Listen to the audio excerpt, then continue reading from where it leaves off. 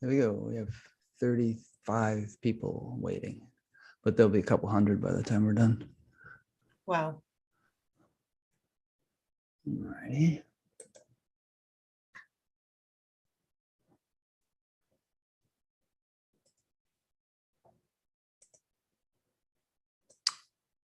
Okay.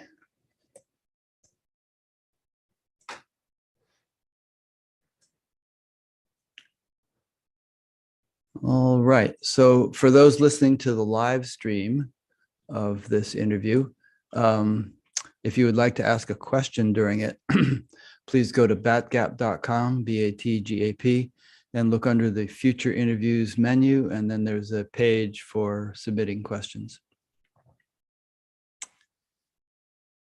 Okay, I think we're good to go. Welcome to Buddha at the Gas Pump. My name is Rick Archer. Buddha at the Gas Pump is an ongoing series of conversations with spiritually awakening people. I've done 630 something of them now. If this is new to you and you'd like to check out previous ones, please go to batgap.com, BATGAP, and look under the past interviews menu where you'll find them organized in several different ways. This program is made possible through the support of appreciative listeners and viewers. So if you appreciate it and would like to support it or help support it, there's a PayPal button on every page of the website. And there's also a page explaining alternatives to PayPal. My guest today is Lauren Robertson. Lauren is a lifelong psychic medium, having conducted over 15,000 sittings and public demonstrations globally in a career spanning 2 decades. She is the author of The Medium in Manolos, a life-affirming guide to modern mediumship, and The Art and Science of Mediumship on Substack. Lauren graduated with honors from the University of Glasgow, where she studied English literature and philosophy, specializing in consciousness studies. Okay, so it's funny, Lauren, it took me a while to realize that Manolos are a kind of shoe. I was thinking that some place in Spain or something. I know people thought the Philippines, like Manila. Oh, yeah. But I got it eventually. So you like to wear Manolos and you're a medium. Correct. Yeah. So, and you are in Glasgow now? You are in Scotland now? Yes, I'm in Scotland now. Good. I was telling Lauren before the show that we've been watching a beautiful TV series called All Creatures Great and Small, which is set in Scotland and has Scottish actors and everything. It's really sweet. There's a recommendation for you folks. It's on Amazon Prime. So as I recall, you had your first medium type experience when you were about 14, right? Yes. And what happened? Yeah. So that journey started with my mother. My mother's also a medium. It runs in the family, and there's definitely something in the water up here. And my mum used to take me to spiritualist churches, which I absolutely loved. And she bought me a deck of angel cards when I was 14. And it unlocked within me this ability to connect with people on a deeper level than I had experienced before. As soon as I got these angel cards, I just understood what they were about, understood the idea of the symbolism and the meaning and how it could help people see themselves in a different way. So my journey as a medium really started, I guess, on the psychic level with reading for people from the age of 14 about their lives, first of all. So you were dealing with live people. Yes. When you say psychic. Yeah. Yes. But I thought I heard you say in your book that, you're not that psychic, but mediumship is a different thing than psychic. Or did I misunderstand that part? Mediumship is a different thing than psychic work. Where it comes to psychic work, there's really 2 souls involved. There's you as the reader, and then there's the person receiving the reading. And the inquiry is really more about their life. Are they going to get married? How is this difficulty going to turn out? Are they making the right choice in their career? But when it comes to mediumship, there's at minimum a 3rd soul involved, because mediumship really focuses on proving the transcendent existence of human consciousness after physical bodily death. And so both the function and the sorts of things you talk about change. And also the sort of, for me, the internal feeling or the phenomenology of connection changes as well. So when you're working with somebody psychically, it's very much got this energy of being very front and center and dealing with the person right in front of you. And for me, it feels like it's in the heart and the gut. Whereas when I'm working mediumistically with someone and I know there's a person in spirit that wants to speak, that wants to be acknowledged and identified, the feeling is much more light and airy, and it's much more like something is being impressed upon me from somewhere back here, and it's not so much front and centered about the person right in front of me. So yes, there are many differences, but I really, by accident, ascended into mediumship. It just so happened that between the ages of 14 and sort of 17, I developed more and more my psychic abilities. And then I got kicked out of school when I was 16 and immediately got given a job as a psychic, reading my angel cards. It's a funny story. And then, but afterwards, I started doing readings very regularly as part of my career, and just progressively more and more, the spirit world were pushing through and wanting to speak and wanting to be acknowledged. And it sort of just happened on its own. And I really loved that work specifically because I feel that a lot of people's lives are defined by the love that they have for others. And when somebody dies that really meant a lot to you, it can really feel like a part of you has died as well. It can be a very stifling and difficult experience for a lot of people because of the meaning that they gave to the love and the relationship that they had with that person that's now passed. And wondrous healing can take place by saying, okay, what if this relationship is not goodbye forever? What if there's something that is transcendent? And although you can't reach out and touch that person physically anymore, there is a way in which they still matter and you still matter to them, and they're still aware and engaged with your life. And to me, this is not fanciful or wishful thinking. It is just the fact that the nature of consciousness is that it transcends the limitations of the physical body. And so when that work started to come more and more, I found it really meaningful. And I made the decision to sort of focus my energy really on that because of how it made others feel and how it made me feel. And so that's really where the mediumship took off. It happened by accident. There was just one reading where the door to the spirit world got thrown open by this woman's father. It was in a dingy pub in Glasgow that was doing like a charity night. And I was doing readings in the basement with all the beer, like pumps going off. And I had like an upturned beer crate for a table. And I remember it so clearly, like it was yesterday, but I think I must have been about 20 at the time. And this woman's father just was so strong in my mind and I couldn't ignore it. And I just knew that he wanted to be spoken about and that in some real sense he was there. And so, yes, from that moment onwards, I really devoted myself to mediumship. Why did you get kicked out of school? I got kicked out of school for a number of reasons. I mean, the quick answer is truanting, which is basically non-attendance. I went through, as many teenagers do, a period of quite a lot of teenage angst. There was a lot of disruption in my teenage years. And, I was figuring myself out and I was really weird. I was a goth in school and, I was good at some subjects, but not at others. And I was like, there was disruption at home and there was just a lot going on. And at that point in my life, I was much more interested in dream analysis and angel cards and learning the tarot and burning bits of paper in my room doing pagan spells for to get boys to love me and all of that stuff. So really the school just asked me not to come back because I had got grades. I did well. I did graduate from high school, but I was taking an extra year, what we would call advanced hires in Scotland, and it just didn't align. And so because of non-attendance, because my mind was already away in other places, they basically just asked me not to come back. My mum wasn't happy. But like I say, I got this job as a medium right away, like the next day. I went home and I went on this website called the Job Centre, which is this website where you can get just normal jobs like waitressing or cleaning or driving a bus, jobs that normal people do. And I was trying to prepare my mum for the news that I got kicked out of school. So I thought I'd sweeten the blow by telling her, but I found a job to try and recover from the fall kind of thing.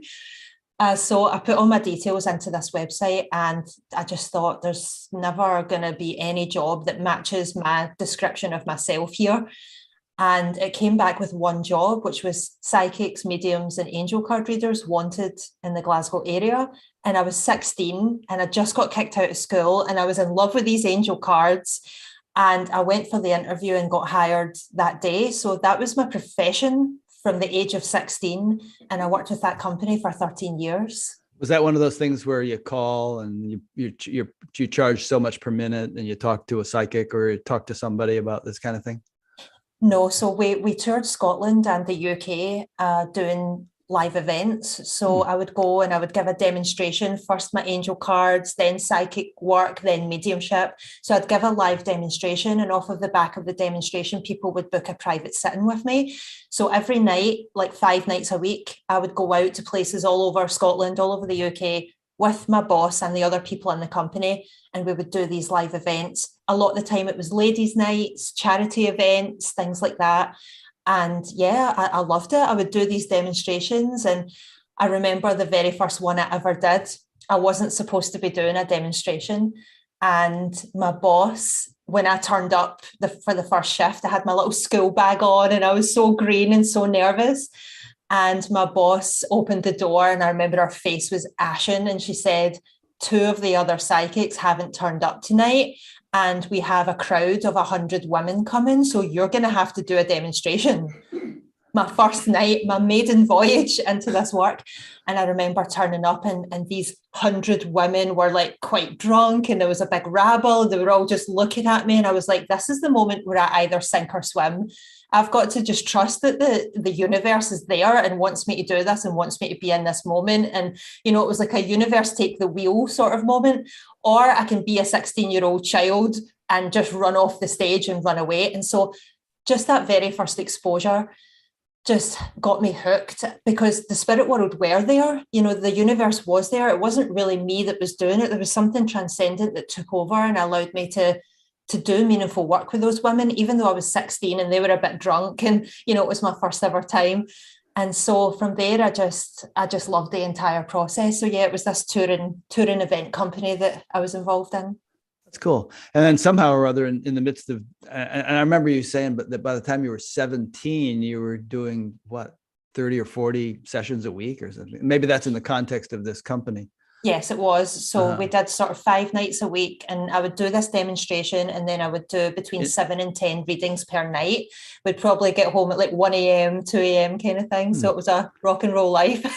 Yeah, amazing. But somehow or other, you also managed to go back to university and get higher degrees and all that. Was that after this stint with this company or somehow at the same time? It was briefly for the same time, but I had to unfortunately say to my boss that I wasn't able to continue with those sorts of shifts. I became very unwell. I actually got meningitis when I was 21 and became very seriously ill. I was in hospital for a number of weeks and was completely out of commission for a number of months. And so I had to say to my boss that I wasn't going to be able to keep up with the same shifts that I had been. At that point, I was sort of like, you know, the student becomes the master 13 years later. And my boss had her own ideas and I love her to bits. We're still close, but she had her own ideas about how she wanted to do things. And I had different ideas about how I wanted to do things. And I really wanted to get an education about why certain people have these abilities. And so as a mature student, I put myself through uni. I had to do a pre-degree year. So I had to basically show that I was invested and that I could handle a university level education. So I did that and I got into uni at Glasgow Uni, which was always my dream, which I thought was over because I got kicked out of school. But then somehow the universe finds a way and it was wonderful. I really loved it. That's great. I got kicked out of school too, by the way. But did you? What for? Drugs and being just a messed up kid, you know. Were you a goth too? Or a hippie? We didn't have goths in the 60s. I was a hippie. Cool. You were the 60s equivalent. Yeah, exactly. Fortunately, we weren't into getting a lot of tattoos and piercings and stuff. Maybe you just wore some beads and grew your hair long. And so no lasting evidence. Did you also have funny smelling cigarettes around the back of the gym hall?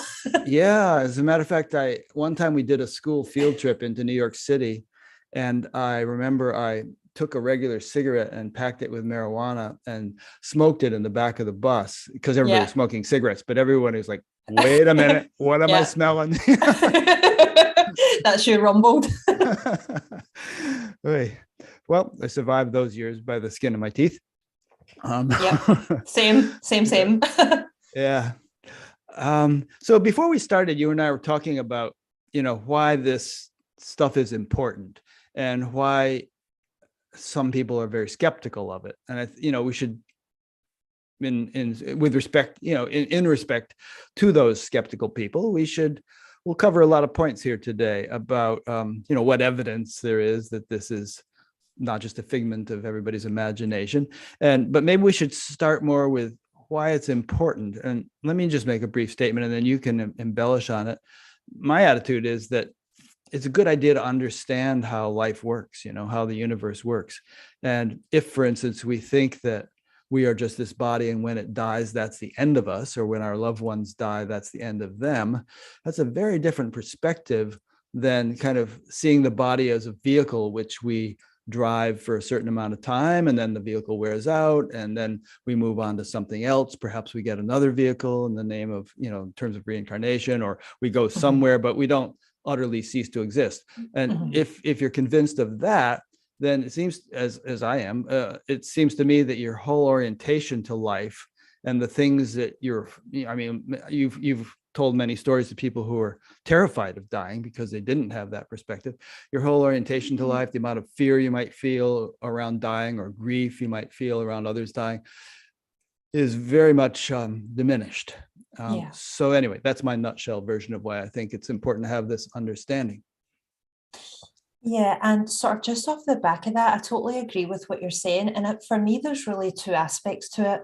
First of all, I feel that my perspective and perception from my own experience as a medium is that selfhood is not what we think it is. And a lot of the skepticism that we face is essentially a materialist worldview, that your selfhood is synonymous with your body. And people are taking this huge, unjustified claim that your selfhood is synonymous with your body as gospel obvious. And it's not at all obvious that your selfhood is synonymous with your body. And I think that that's one of the reasons that skeptics struggle so much to get on board or to understand mediumship, because somewhere deep within their wiring or how they see the world, they see the world as a series of objects which have very delineated parameters. And when those parameters are visibly no longer there, then all of the aspects of that item is no longer there. And for me, that is just not so.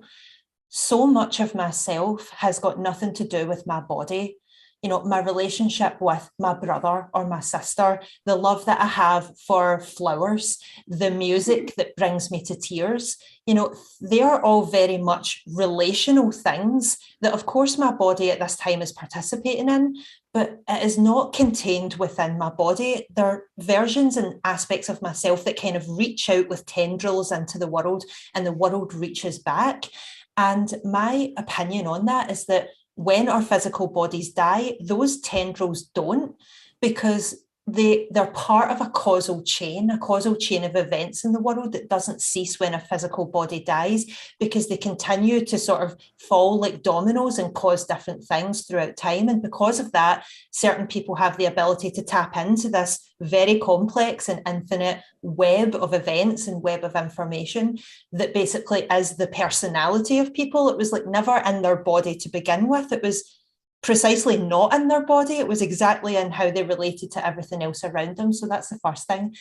And the second reason I think that we need to sort of readjust what it means to live and die is because of the meaning that we give love itself and the meaning that we give relationships. And, as you said, Rick, you and I were discussing before we went live, when you love someone and like you really, really love them, a dog, a horse, a person, and that being passes away, it can feel like a huge part of you has died with them.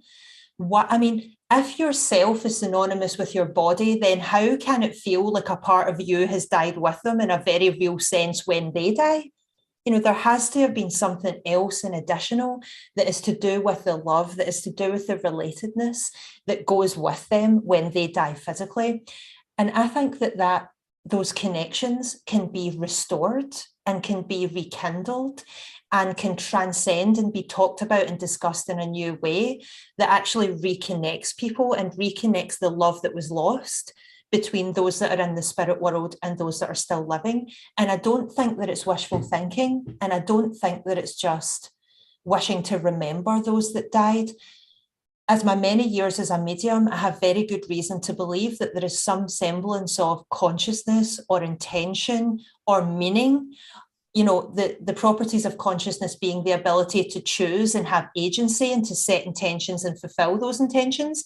My experience as a medium has been that the people in spirit world, for reasons that I don't yet understand, seem to be able to sustain those properties. And because of that, we don't need to grieve like we've said goodbye forever, and that love was this thing that we had and it's fleeting and now it's lost. If we can open our mind to the fact or the reality, in my opinion, that we're not synonymous with our bodies, then we have good justification to reopen that door and say, what if I can keep loving my loved ones who've passed, and what if they can keep loving me? And if that's true, then our understanding of what it means to be human, conscious, to love is radically different. And I think the ways in which it is different are really, really worth taking seriously for living well in this lifetime. Very good. Yeah, there's so many interesting facets of this that we can discuss. In the Indian tradition, the person is considered to be a conglomerate of 5 sheaths. I think it's pancha kosha, I think they call it. Yeah.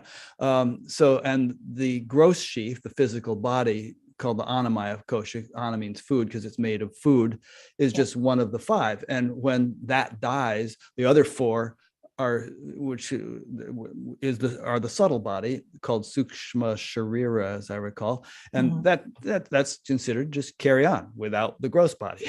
And it's no big deal. And there are verses in that tradition, like in the Gita, which says you grieve for those for whom there should be no grief, yet speak as do the wise. Wise men grieve neither for the dead nor for the living. And it goes on to elaborate, because basically there's nothing to grieve about, because the person exists as every bit as much as they ever have. They're just a little bit harder to locate because the gross body has dropped off. But that's a really interesting point you make, because I think it's because of our over obsession with the material object of a person that we find it hard to see that the people that we love that have died are still around in all of those very many ways. And so it goes back to just accepting this materialist worldview as gospel and not interrogating, or some minds are unable to interrogate what's behind that, what might be behind the veil in that regard. And so I do think that world in which philosophies are more holistic about what existence is made from, and not just mass, and not just material objects, and not just things that you can grasp and touch and pick up with your hands, but other things that are immaterial but still important and still causal. And I think when we move forward into incorporating that into a worldview, people are going to stop sort of investing all of their love in the physical presence of a person. Look, don't get me wrong, there is nothing like cradling your baby or kissing your dog's head or hugging your mother or your best friend. I do not mean to minimize those things at all. Those things are so, so important, but they're not so important that they're all that is, or that you have to say goodbye to those things forever and ever. And now those people that you loved are no longer here. So I do think that what you said about that aspect of the food body, when we sort of try and look behind it and say, okay, well, what else is there? I think that's going to be really helpful in sort of lessening the grief on the whole that people experience. Yeah, and I don't mean to sound glib or to trivialize anybody's experience, because, it's natural, it's human to experience grief when somebody dies, even if you were rock solid sure that they haven't really died and couldn't die. It's a natural human. I felt grief when my cat died a few years ago, and I knew the cat was going to be fine in some dimension, but I love the cat, so it's a natural reaction. So I don't mean to offend anyone who is grieving or experiencing a loss. It's I must say, sorry to interrupt you, Rick, but I must say, I totally agree with what you're saying. My mediumship is the outcome of my own grief. When my grandmother died, I actually have her picture like right here on my desk, such nice. is the Let's see meaning her. that she has to me. This is my gran, Sweet. and this is me when I'm about 10, and this is my cousin Hamish. And so hold it up again, because I said something and the picture switched to me. I beg your pardon. There you go. If you want, you can even send me a scan of that, and I can insert it into the video so people can see it clearly. I'll do that. Yeah, so okay. When I was 17 when she died, and the whole process of it just absolutely destroyed me. And I had no preconceptions at all that we would reconnect again. And shortly after she died, because I mean, she was really a source of unconditional love in my life. Like I absolutely adored her and I needed her. And when she died, I just thought that was it. She was gone forever. And then one night, I write about this in my book. One night I went to bed and I had a dream about her. And in this dream, I was in my gran's old house. And I knew she had died, and I knew that I kind of shouldn't be there. But I was sitting in her living room, and the sun was streaming in through the window, you know, like the God rays that you get. It was streaming in through the window. And I heard this familiar sound coming from the kitchen, where my gran used to have this steel tray with flowers on it that she would make everyone tea and biscuits and things and bring it in. And I could hear her doing that preparation in the kitchen. And when my gran died, she had breast cancer and she was very, very ill, and she became skeletal before she passed away, and it was awful.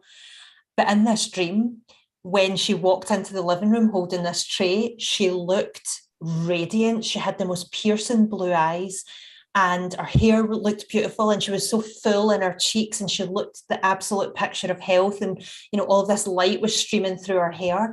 And she sat the tray down, and I said to her, I was like, Gran, you shouldn't be here. You died. And she looked me in the eye and she put two fingers on my hips like this, just at the side of my hips.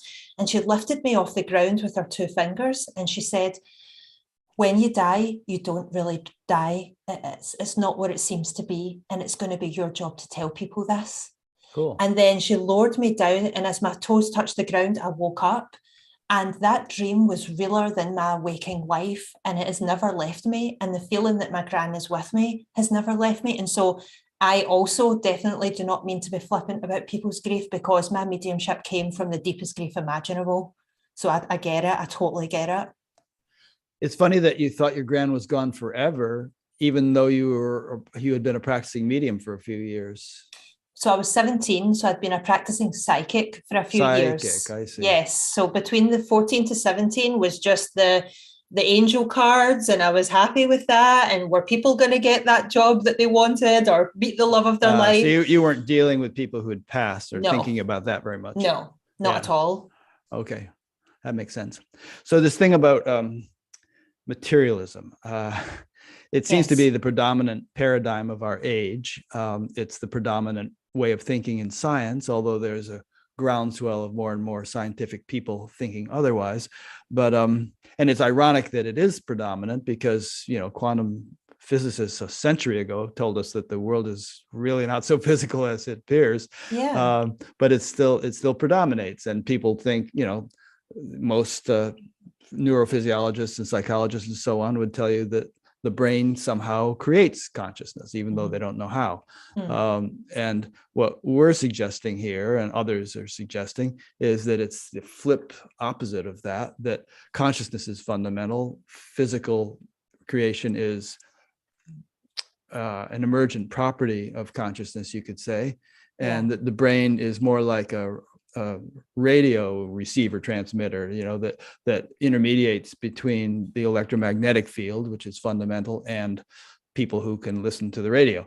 So anyway, as you can elaborate on that thought, but it's you know, well, just one more thing is that, you know, if the predominant paradigm of our age is wrong, in fact 180 degrees wrong, then what are the implications of that for the world? I mean, what about the world do we see that would be different if we had it the right way around? And I think the implications are huge. I think that all the environmental damage and the wars and the, the misery and all the problems in life could be dissolved if consciousness were our primary focus and experience and the ground state from which we functioned. Anyway, you go with it. Sure. So what you've described loosely in philosophy, we would call idealism. It's the idea that all that's physical emerges first from some form of what we would call thought or consciousness, or like you say, a kind of energetic or conceptual aspect of reality from which the physical then becomes. There's lots of different definitions of it. So that's just a rough, my rough summary. I don't know. I don't know what the answer is. I think that it is I think the relationship between idealism and materialism is a kind of a donut shape where the relationship has no end and no beginning, and there isn't actually like a flip side as such, as if there's like right and wrong, yes and no, back and forth. It's more like a donut shape where it's like it's constantly feeding into each other. I think there's a symbiosis between the ideal conceptual energy aspect of reality and the physical aspect of reality. And I don't actually think they're opposites. I think they're on a continuum that's continually speaking to each other. So I would call myself, I guess, what you would call an interactionist.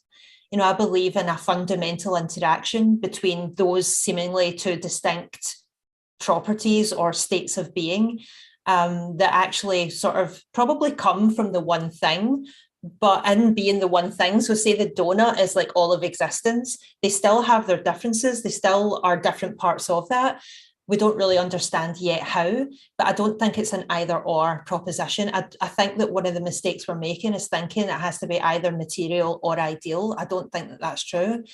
Also, I'm not sure whether changing our worldview to an idealist worldview or something along those lines would solve all of the problems that we think it would. It might solve some. Definitely what I think is that if people were more conscientious about the fact that they're all connected to each other and a harm done to another is a harm done to self and vice versa, that's a really, really useful sort of golden rule to live by. But I also do think that part of the separation illusion is that humans have a lot of guilt, and a lot of guilt that makes them feel that they should be in control and ought to be changing things that actually they don't have the power over that they think they do. And we're more a sort of witness to the things that are going on, and it's how we choose to witness the things, of reality, the experiences of reality, than we are so much the executors or controllers of it. I think about existence as almost being like you're on a roller coaster ride, I guess, to quote the comedian Bill Hicks. You're on a roller coaster and, enjoy the ride. That's what you're here to do, is enjoy the ride. There's thrills and spills and up and down, but ultimately that track is laid out in front of you and you're not laying it out. And to me, that's where God is kind of, or the spirit is kind of moving through you. It's like the universe and spirit is looking out of your eyes. And so you're not really the kind of controller, and we can't really wrestle with the things that we imagine we can. Yeah, it's you could say in a way that there are different perspectives which are kind of contradictory and paradoxical, but each true in its own domain. Yes, I love that. Yeah. So, I mean, you could say on one hand that nothing ever even manifested. The world is just sort of an illusion. You could also say that everything is divinely orchestrated and perfect just as it is. And you could also say that, there's a lot of things that need fixing. Let's work on those. And so, none of those, they all are sort of like contradictory, but I think you can incorporate them all within one perspective, one awareness.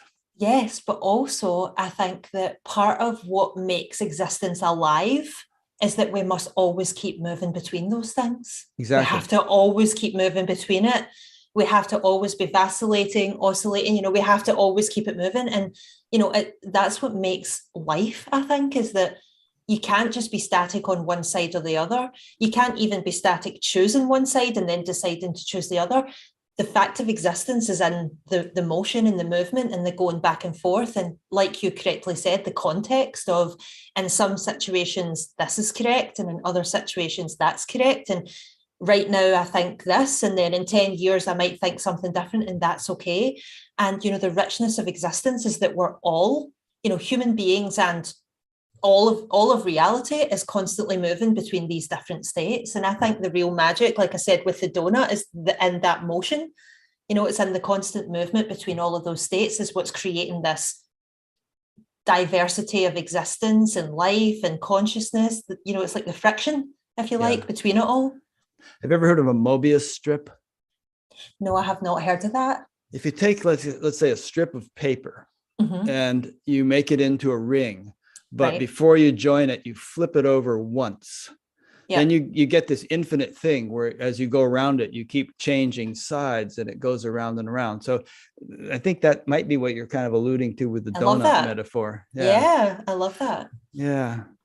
And this thing about getting locked into a perspective, I think it's, we're kind of touching on this as we go along here, but people tend to get attached to a particular perspective and to get strangely defensive of that perspective. Like we were talking about the materialists and we'll talk more today about these people who invest a lot of time and energy into arguing that mediumship couldn't be possible, for instance. And which is not to say that we should just blithely accept every idea that comes along. We need to, exercise judgment and discernment and scrutiny and so on. But sometimes people are just overly attached to a particular perspective, sometimes at their peril. I mean, I heard a story about this kid that was in India and he got an infection on his leg and he was like, the body is an illusion, the world is an illusion, I don't need to worry about it. And he almost died, or at least lost his leg instead of getting medical care, which is what was really called for. So it's just a human thing, I think, to kind of glom on to a particular thing and cling to it. But it's not really conducive to a holistic understanding of the way life works. Yeah, I totally understand why people do that, because the existence is vast and terrifying. And without charting or forging some kind of path through it, it would just be you'd be frozen. You'd be completely frozen. You wouldn't be able to move or proceed. And part of that path is given to us by our genetics, by the certain types of brain or mind or our genetic makeup. And that's determined by our ancestors. And the ones who are survived are often the ones who are more like able to focus on a fixed target. They're able to zoom in on one target because those are the ancestors that ate. And the ancestors who were skeptical are the ones who survived being eaten by saber-toothed tigers. And so, there's a very long biological genetic lineage of why we're so skeptical and why we're so focused on the material world and why, we think that way. And yet, because we're not in the same physical dire need, many of us now, our brains and our minds and our experience of reality is now able to start asking what else is there, creativity, spirituality, not needing to deal with just survival and deal with the one object that's right in front of us that we need to stay alive. And I think it's a gradual movement and progression through that is going to just over time help sort of instill within humanity a different perspective of the world. I think we're just a product of the necessities that we've had, both personally and sort of genetically as the human race. But I don't think that those same threats are present now, which is why we have the benefit of being able to have these conversations. As soon as you start seeing like cave art and cave paintings and the human race reaching for creativity, you realize that they're not worried for their life every day. And it's as soon as we're not worried for our life every day that we can start opening our mind. Some people, sadly, are still worried for their life every day for reasons that are real or imagined. Some people are living with a very terrifying, like, I must just focus on this one thing, or, I'm going to fall apart, the world will fall apart, I won't know how to control things. And there's definitely a correlation with people who have, in my opinion and experience, skeptical inflexibility with that sort of existential terror in general. Interesting. I mean, yeah, there are legitimate reasons to be concerned for your life. Or Russia is threatening to invade Ukraine right now, and the Ukrainians are looking at making sure their bomb shelters are in good shape and taking self-defense courses and, worrying about that. And Um, Although I'm sure there are plenty of people in Ukraine, and in fact, there were even people in the Nazi concentration camps who were of a mindset such that Yes. they were tuned into a deep spirituality and kind of saw Yes. the beauty of life in the midst of horrific circumstances. Yeah, yeah.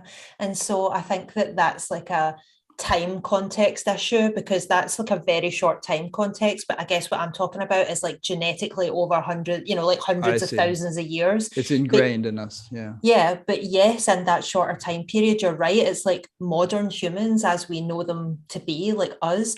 Man's Search for Meaning obviously is a really famous text by Viktor Frankl, who was in that situation and was able to reach for something utterly transcendent in the moments where you would expect to be able to the least. And yet there are people whose lives are perfectly happy and contented and they're not under any threat, and yet that wiring, that biology for being like, where's the threat at, is like very much alive and well, just by their genetics or by their early childhood experiences. And I've found that in terms of sort of mediumship and saying, well, it's not just you against the world, we're all in this together, it's very difficult to get those people to kind of short circuit their wiring and to be able to see the world in that different way. Let me take a quick bathroom break. I just had a big cup of tea before we started. I'll be right back.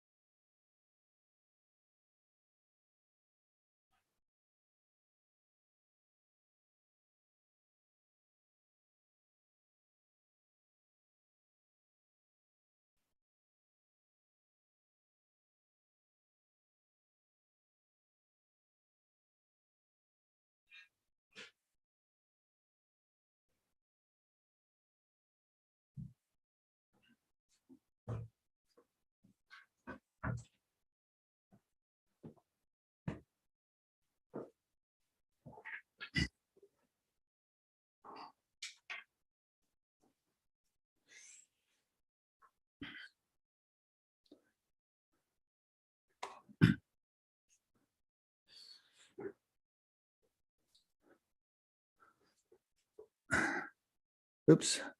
Hang on a second.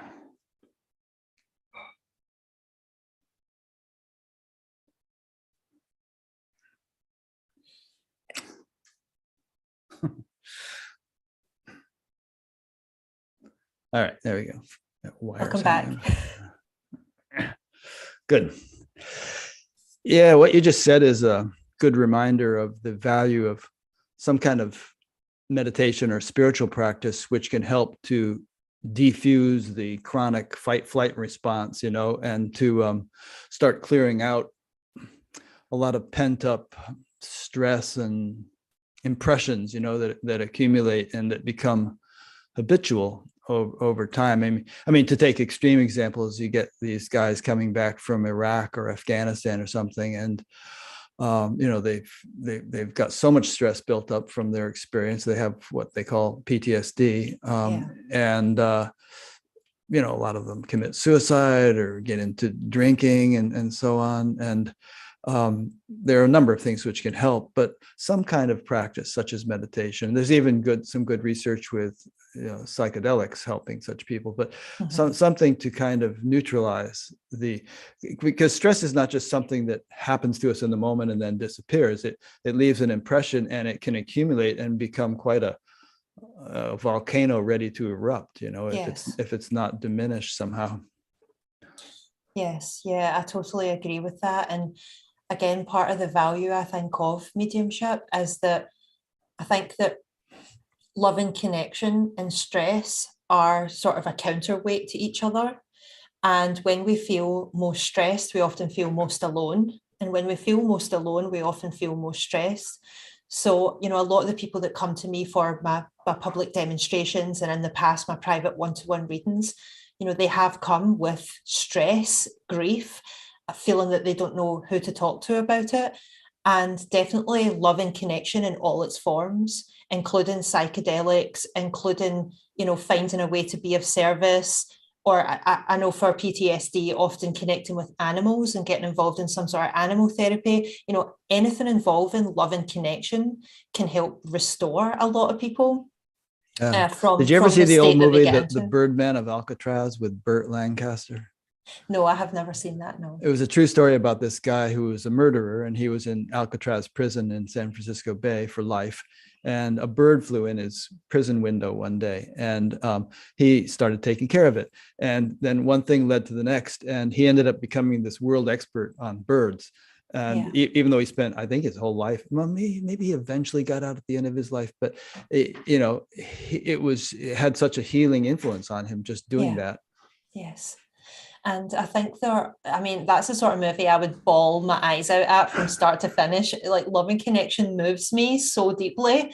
But again, I think that there's just different kinds of brains and minds and personalities. And I think that for a lot of people, Love and Connection does the job to make them open their eyes and their minds and say, well, what else is there beyond just my body, and just beyond, am I okay? And, just beyond like violence or the fear that underpins a lot of various kinds of violence, that grabbing and taking sort of energy.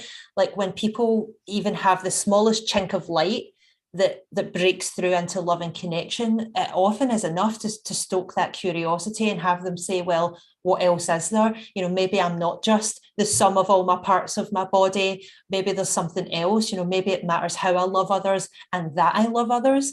But then there are also some people who they just, like I say, they just don't seem to have the sort of brain or personality where they respond to that type of connection as much. And, that's also okay. There's a place in the world for people who aren't going to, cry and get into a sweat and like labor over a decision for 10 years because they are worried about how it affects somebody else. There's a place for those people in the world as well. And that's absolutely fine. I don't think that medium's for everybody. I don't think that everybody will necessarily receive a communication. I think that certain people's for me, it's like there's three doors, right? So there's my door, and there's the recipient's door. So that's the person receiving the message. And then there's the door of the person in the spirit world. And depending on how much that door is open, closed, or just ajar a little, sort of determines the flow of information that can come and the type of information that can come. And some people just have more of a closed door, and some people in the spirit world also have more of a closed door. So even though I do think that love and connection has its place for most people, and it's the salve for a lot of things, a lot of the world's ills, by some form of love and connection will be made better. It's also okay if you're the kind of person that gets made better by organization or numbers or, intellectual or cognitive stimulation, that type of thing. So yeah, I think it's really horses for courses, but I wish, I could have the power to bring through people from the spirit world when it's requested, or, to really give the message that is needed at the time. And that is 100% not within my power. And I think that it's because of differences in personalities. Well, you do it, but you're just saying you don't do it like with 100% certainty or reliability, right? I mean, because that's what you do. You're bringing through messages from people. But not for all people at all times. No, and no. not with an equal level of detail. I see. And that's what I mean about the doors, is like a unique combination for each reading of how open the door is between me, the sitter, and the person in spirit. So it's not, no two readings are alike, and no two readings are alike in their detail or their length or their consistency. And I do think that's because of these differences in personality. Sure. There's never been a baseball player who hit a home run every time he came up to the plate. Yeah. Yeah. Yeah. Um, is it your understanding that on the other side, if we want to call it that, um, everybody communicates telepathically, because obviously there's no air and they're not making sounds that can transmit from one to the others. It's just sort of, that's the norm in that dimension. Telepathically, I would say, is a clumsy word, because there is actually no mind, in fact, to be being telepathic between. So, there isn't a mind the way we think of a mind. Telepathy is usually depicted as this, like, brain to brain communication, and it's not that either. It's really hard to grasp and explain, but the only way I can explain it is just there is and there are. And that was the state before we were born, and it's the state still that we're in, and it's the state that we will go back to, and it's in a sense unchanging. And so it's not telepathy in the sense that we would think, from telepathy experiments, like, let me focus on this one thing and send it to you by mind. As I mentioned at the beginning of our chat, it's almost like there's this web of causation and meaning, and a web of emotion and conceptualization and imagination. And that web, all aspects of it touch all other aspects. And so there just is.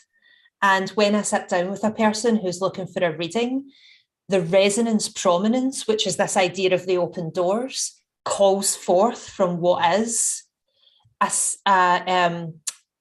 coming together of the persona, or a coming together of the personality of the person in the spirit world. So it isn't mind to mind as such. It's that all that is and was and will be always there. It's so hard to explain. What do you mean there's no mind? That Panchakosha model that I mentioned earlier with the 5 sheaths. And I think it's the second sheath down from the physical one that's supposed to be the Manomaya kosha, the mental sheath. And you're considered in that philosophy to still have a mind after the physical body dies. So what do you mean by there's no mind in these people on the other side? Well, mind is a very confusing word. It means a lot of different things. And again, it's very closely associated with brain and human persona and the things that we think about, quote unquote, in our heads. And so what I mean is that in that regard, there is no mind. It's not like the human concerns you have when you're here. You're not like, oh, what are we having for dinner? And let me go over here and do this thing, and let's pick the kids up from baseball. When we think of our mind, like you've got something on your mind, we have these kinds of associations. And I think that like almost ego layer also goes in a sense when we die along with our body. But there's still some kind of cognitive ability, apparently. I mean, for instance, people who have out-of-body experiences or near-death experiences, and sometimes both together. Like, for instance, there's a woman I interviewed named Ingrid Hankala, who, when she was like 3-4 years old, she fell into a tank of water and was drowning, and had an out-of-body experience in which she went down the street to where her mother was waiting at a bus stop, and kind of showed up there. And in her subtle body, it was like, hi, Mom. Her mother dropped everything and raced back straight to the tank, pulled her out. So there was perception. She had senses because she could see her mother. And there was some kind of mental impulse where she recognized her mother and actually communicated with her mother. This is where, as I say, the definitions of what you want to define a mind as needs to be laid out really carefully to even proceed, with this conversation. Because for me, that what you're talking about for me is like not a mind thing. It's not a cognitive thing. When we talk about those things, we don't mean really cognitive. We don't mean cognitive like neurons and doing a sum and, A plus B equals C. We don't actually mean that. No, forget about neurons. We're just talking about some kind of mental and perceptual functioning, irrespective of a functioning body. I think that thing is more akin to what you said. It's like a light body, an ethereal body, a subtle body. It's a selfhood that we don't yet understand, but I don't think that mind captures it. I don't think it's telepathic. I think it's something else, because for me, mind and telepathy, like I say, is still very much a term that I relate closely to the body and being embodied and cognition.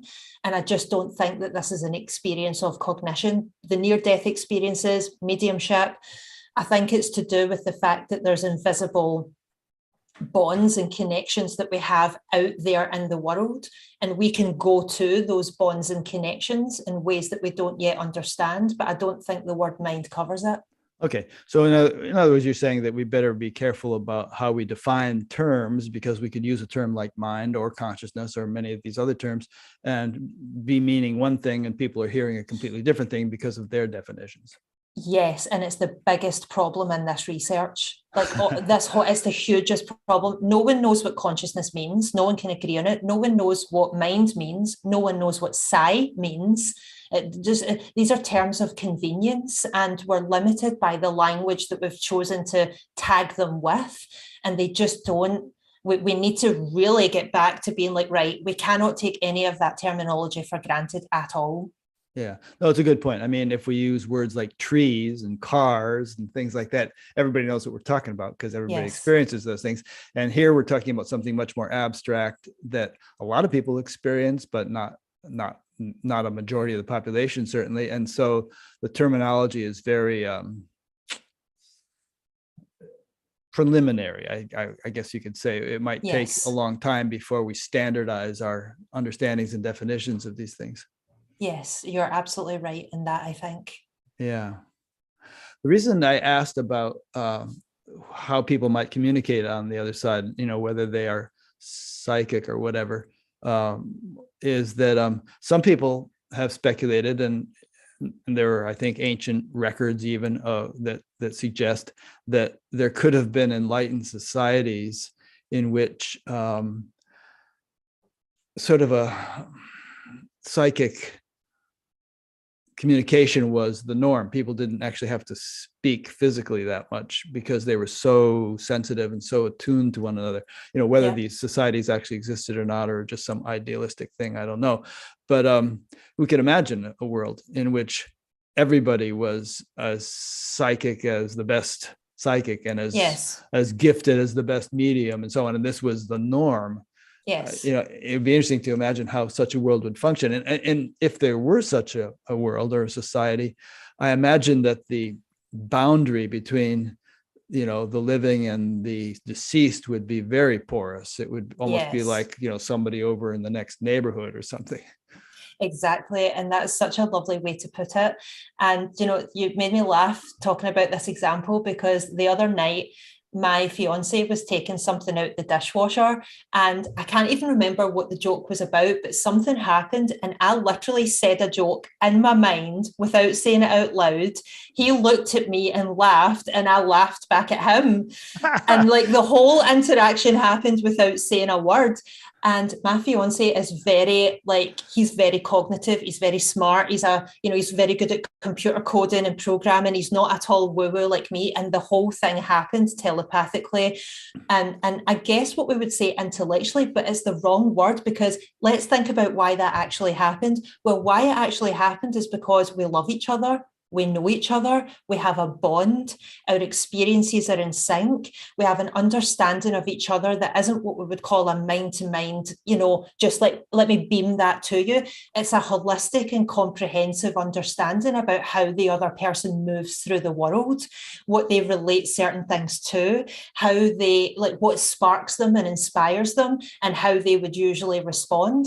And so this is what I meant by the term mind just not being quite enough to capture it, because there's a depth of a bond and a depth of love and a depth of patience and perception and appreciation that is really the cause of how that happened. It's not cognitive, if that makes sense. So that happened to us the other day, and he was like, what just happened? Because he's used to me being the spooky weird one, but he started to get sucked into it now. Yeah, it must be contagious. It is There's a comedian named Stephen Wright, and one of his jokes was, if you believe in telekinesis, raise my hand. Yeah, that's a good one. That's a good one. That's spoken like a true skeptic as well. Yeah. Actually, it'd be funny to think of a comedian and an audience who were all totally psychic. And the comedian just stands there on the stage and everybody laughs again, and nobody's saying anything. Yeah, exactly. One day. Yeah. Would you pay to go to such a thing? I guess you might. Okie dokie. So let's talk about, you wrote this, you told me you spent about 8 months working very hard on this essay for this essay contest, which I forget the name of, but you can tell us. And a guy named Jeffrey Mishlove won it and got $500,000 for winning it.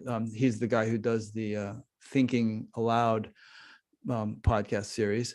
And it was all about whether what's the best evidence for consciousness surviving physical death. And you went at it from your experience as a medium, and I imagine others, I haven't read any of the essays yet, but others, use different arguments. And it's interesting that it's the Bigelow Institute, right?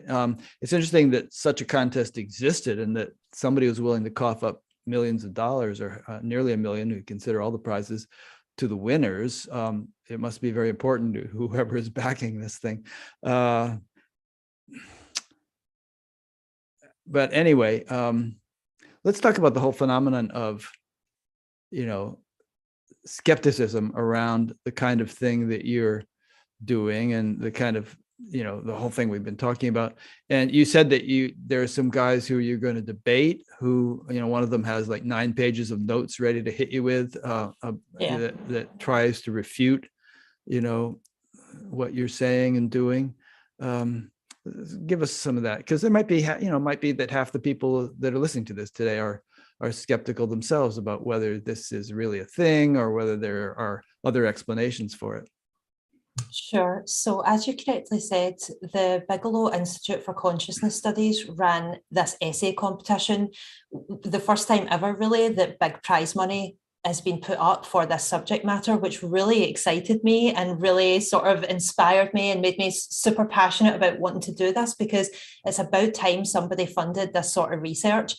And I spent 8 months writing this essay based on my perspective as a medium, answering this question: what is the best available evidence for the existence of human consciousness after permanent bodily death?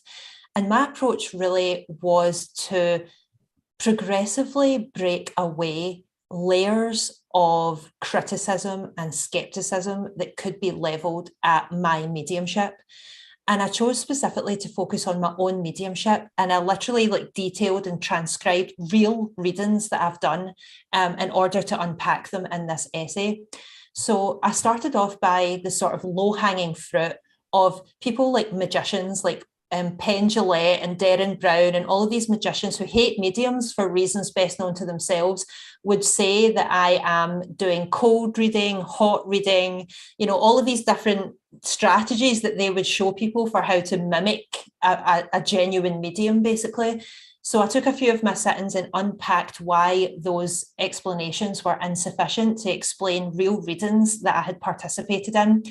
But then that's the kind of low-hanging fruit. Then it gets a bit tougher, because you have really, really smart people that have really put large cognitive capacity to undermining the connection between the experience of mediumship, right? So the information that comes through in a mediumship setting, whether or not that really means survival. Do we have a right to say that if I can say correct things about your loved ones in spirit, that means that they have actually survived? Like, how justified are we in claiming that and believing that? So I tackled that point of view. Really, the most predominant argument is called living agent psi, and it basically suggests, as you mentioned earlier about telepathy, Rick, that most mediumship is explainable by some version of telepathy among the living. That when I'm claiming to be speaking on behalf of a discarnate person who's passed away, what's really happening is I'm piecing together information about them from what the sitter or sitters already know. And the difficulty that we face is because in mediumship, obviously, you want to say something that's right, because it's that evidence. It's getting the correct name. You know, I've got Bob here in spirit for you. It's getting the correct address. It's getting, you know, the correctness of the information is what makes mediumship valid, really, and impressive, or at least that's where the journey of it has brought us. But the problem is that if the sitter is able to say, yes, I do understand that piece of information, then it must already have been in their mind to begin with. So we have this real problem of how do we say we're justified in adding this additional consciousness that's transcended death, which of course is a huge claim to be making. So it is a real problem. And Professor Michael Sudduth is one of the sort of proponents of alternative explanations, where the stuff that happens in mediumship and the information that's there, we're not really warranted or justified in calling it survival. And so my task in the essay was to argue against the points that he made, which really amount to we could be getting it telepathically off of the living. And we're also not justified, even if we aren't, in saying that this information means survival. So there's really those two parts to his argument. So my task was to try to find a case where neither my mind nor the mind of the sitter contained a piece of information that later turned out to be true.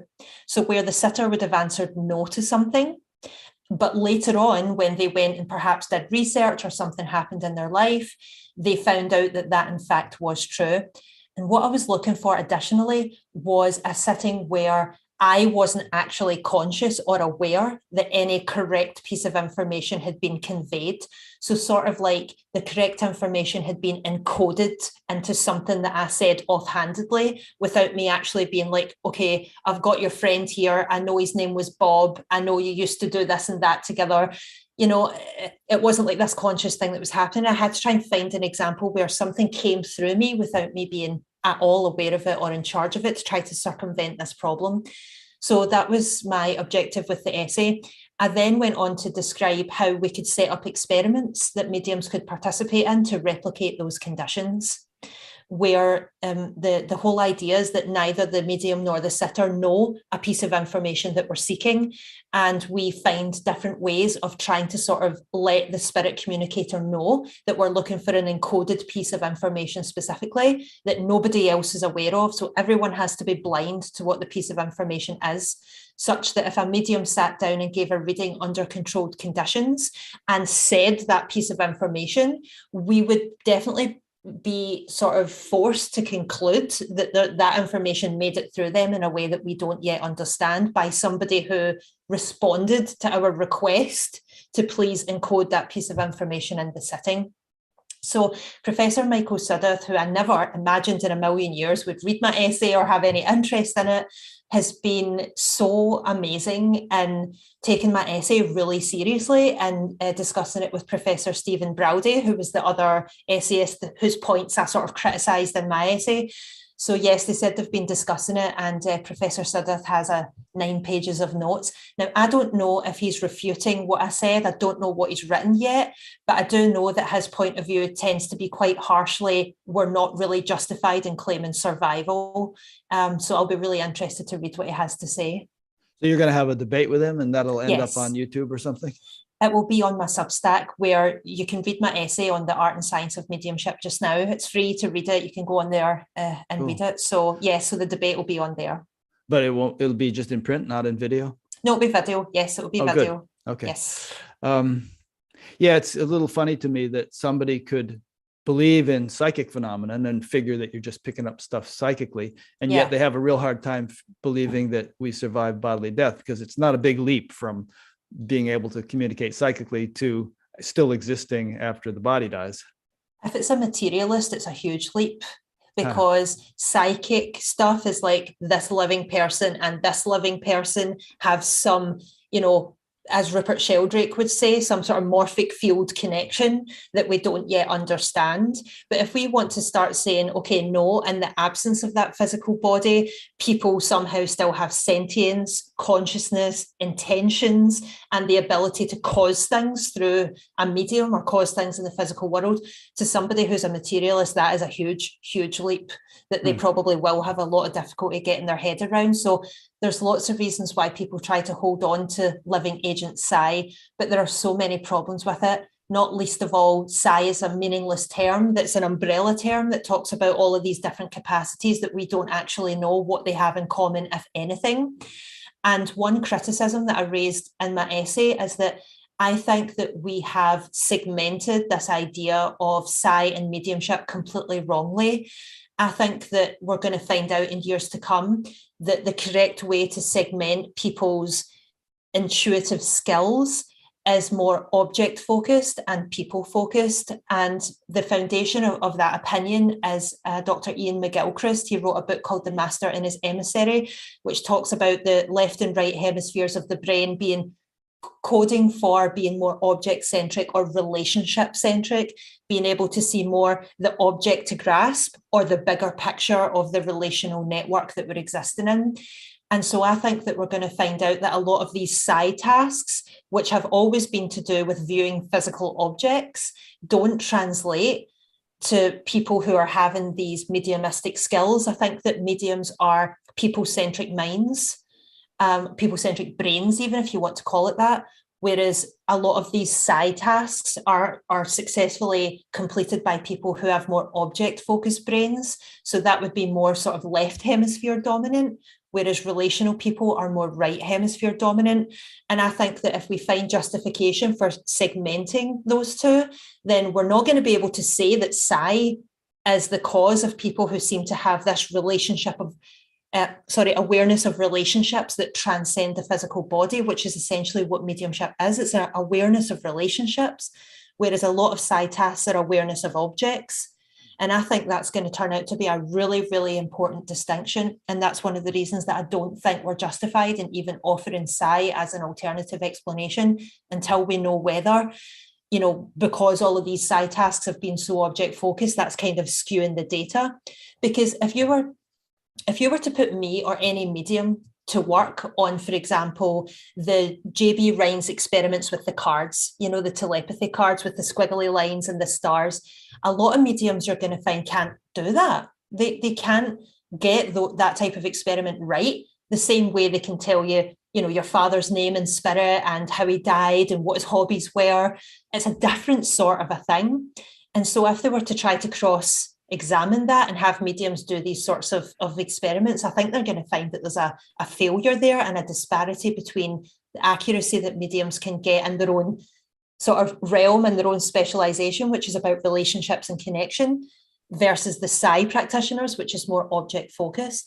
So I think those are really, really important distinctions to make. And I'm really excited for the day when the science is pushing forward to start doing those sorts of experiments. And that's why I was so thrilled that Bix put up that sort of money, and really disappointed that I didn't win a prize, because I really wanted to participate and, you know, saying this is why this matters and here's the justification for it. But hey ho, hopefully somebody else will pick up that baton. Yeah, you're young. You'll be doing this stuff for decades.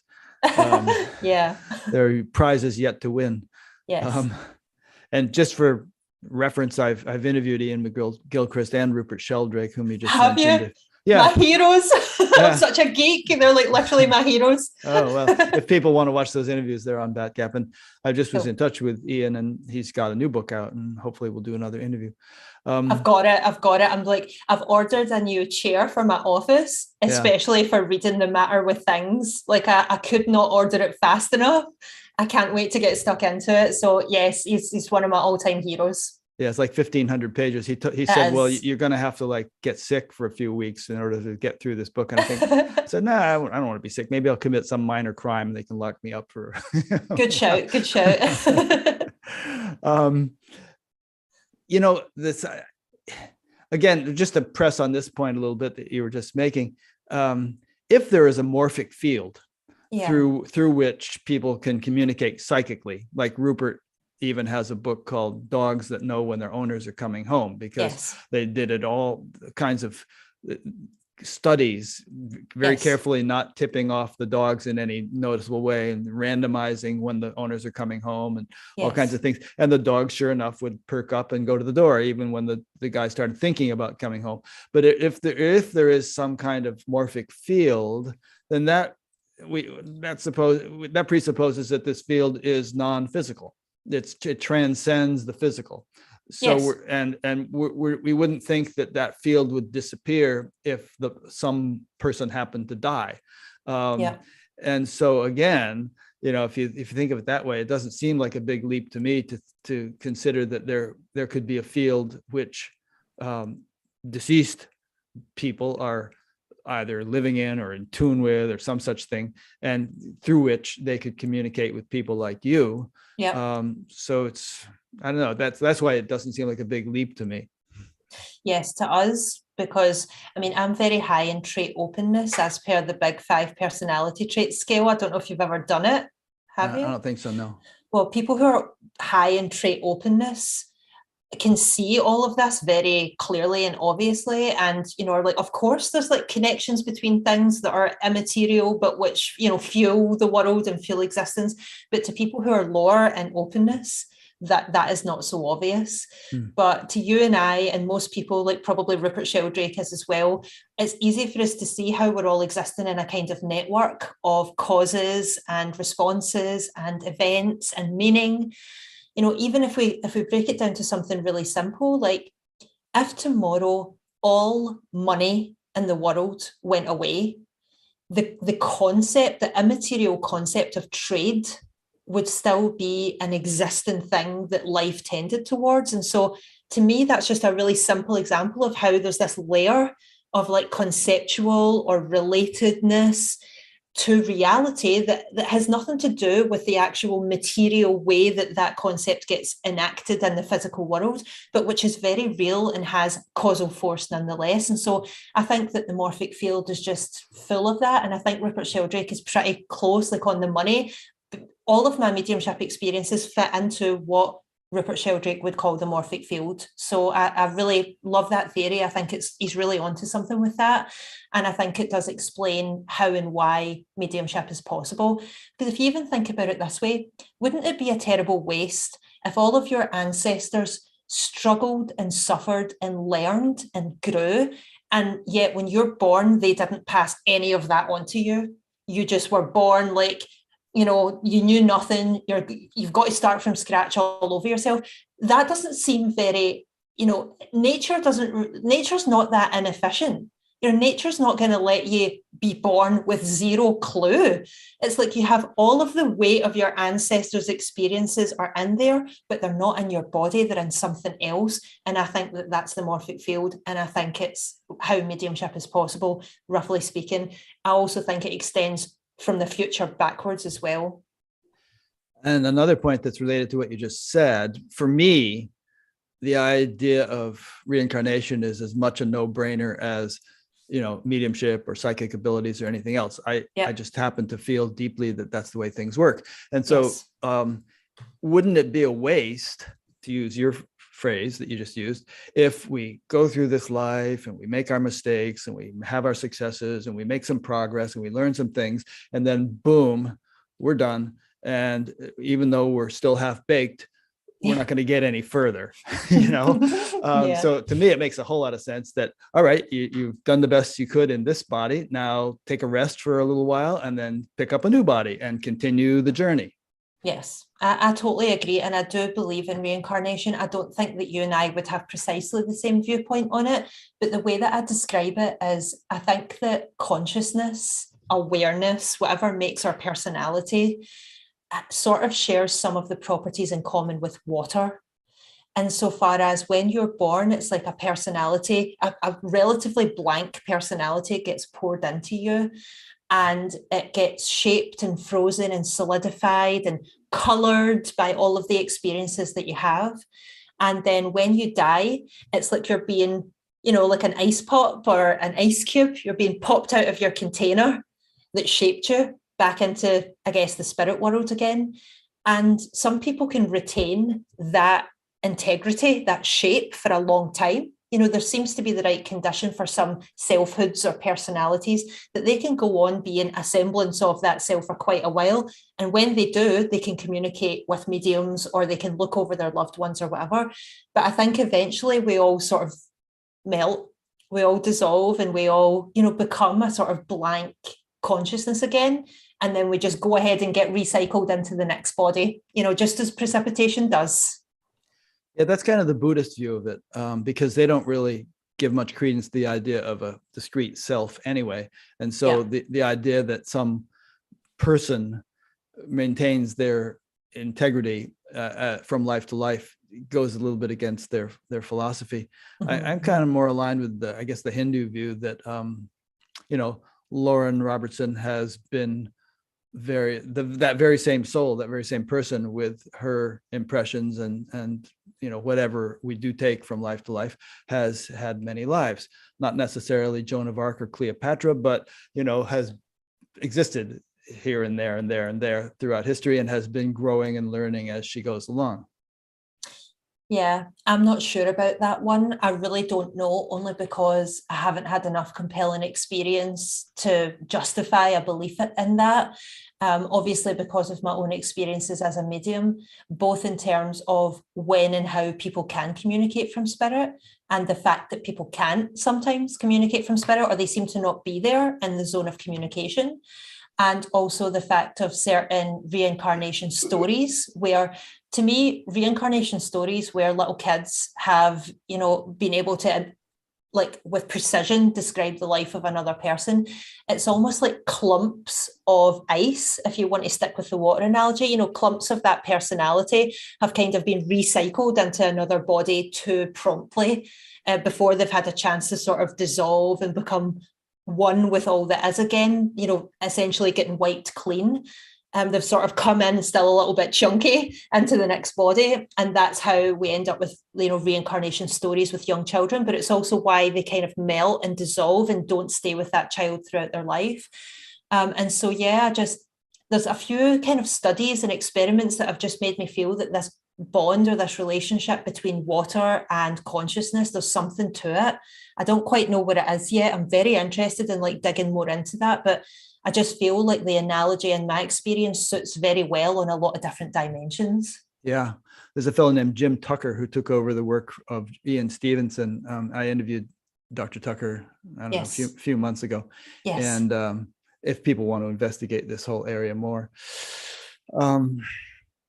There's also an interesting guy that I interviewed just a few weeks ago named Father Nathan Castle.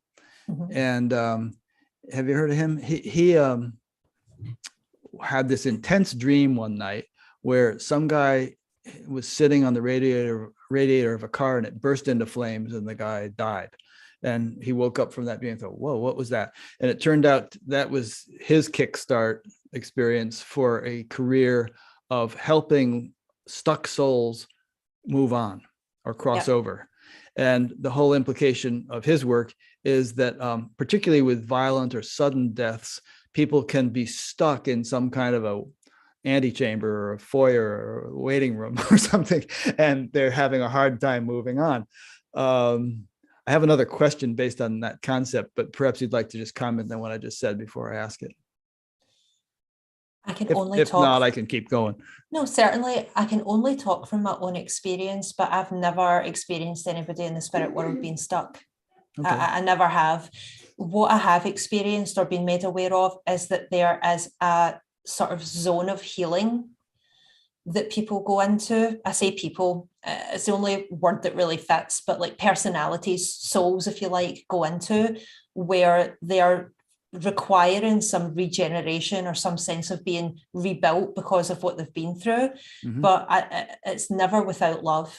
It's never without love. And it's never outside of the kindness and the generosity and the wholeness of the great intelligence of all that is. It's not some place where they're stuck away.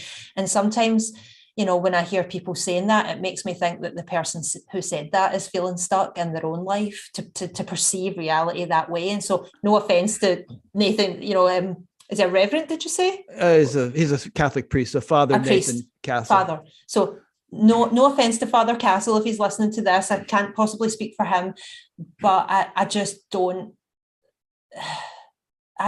It's not been my experience that anybody gets stuck. Babies, suicides, tragedy, everybody's ushered and loved the same. The worst person you can imagine is ushered and loved the same, in my perception. I guess the reason the stuck idea popped to mind is that you were talking about people like ice cubes that eventually melt and disperse. Yeah. And his experience was that people do sort of, people he deals with anyway, are kind of in this situation. And then he is able to intercede with them. And at the end of his session with them, someone comes and said, okay, I'm here to get you. Let's move on. And they move on to a place where he can no longer communicate with them, or at least he doesn't. And so I'm wondering if in your experience, something similar happens where, you can communicate with certain people, but there's a stage after which they have moved on to higher bardos or whatever we might want to call it. And so they're no longer in close proximity to the earth, so to speak, and are kind of on to do other things and out of your range. Yeah, that's a really good point. And I do think that that's the case. And I describe where people can do mediumship from the spirit world, right? So spirit people, where they can come, I describe it as the zone of communication. And people, so look, no two human beings are alike at all. No two life experiences are in any way alike at all. And so I can't make a rule about any reason why anyone can or cannot communicate. I mean, literally everybody's different. And so I think that one mistake we make when trying to talk about mediumship and these subjects is we try to say, like, what's the rule here? Like, what's the underlying mechanism or rule? And that's going back to that kind of left hemisphere thinking again of trying to grasp onto something, but no two people are alike. And so it's like, I can't possibly say why somebody goes out of the zone of communication. What I have found is that there are all different reasons. There's spirit people in spirit who, to my perception, want to get good at this.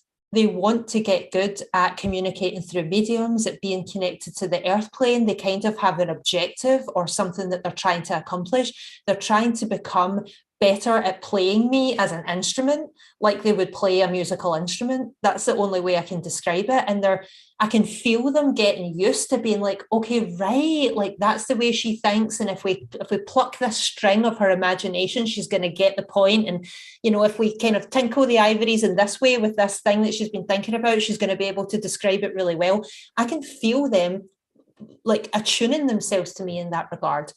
I also know that there's people in the spirit world who definitely are waiting to speak because they have something they want to say that they should have said when they were alive and didn't, or they did something horrible that they feel really bad about and they want to atone for, or they really, really miss their loved ones. And, maybe their competence with communicating in the spirit world is a little bit less. They don't quite know how to tinkle the ivories and pluck the strings of my awareness to get me to say just the right thing super accurately. But the feeling and the heart and the intention and the meaning is there. And when those people have said their piece, they tend to go away and not come back. But I do also know that there are some people, for reasons that I don't know, who ascend past the zone of communication and are out of the zone of communication. And it doesn't matter how much a person desperately wants a message, I cannot magic it out of thin air. They're just not there. And that goes back to the whole psi argument again, which is like, why would I choose to sabotage my own readings in that regard? If it was just me and the client and it was just our telepathy, why would I choose to be like, the person's not here? I would be doing the same thing I always did with other living beings. The fact is, there seems to be some form of what I can only describe as agency, although I don't really know how that pertains to them. Maybe it's more like alignment, some form of alignment that either is present or is absent, that seems to determine whether or not someone can communicate and how well and how prolific they are, and whether they're kind of experimentally, working with me and wanting to really see what they and I can do together for the recipient, or whether they're just sort of like clumsily trying to get their heart open and get their message across, which, human beings are very much like that as well. Yeah.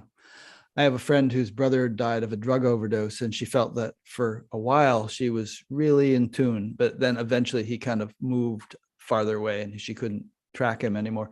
And there's a guy I'm going to interview next week who talks about shared death experiences, where the living kind of partake in the experience of the person who is dying or has died.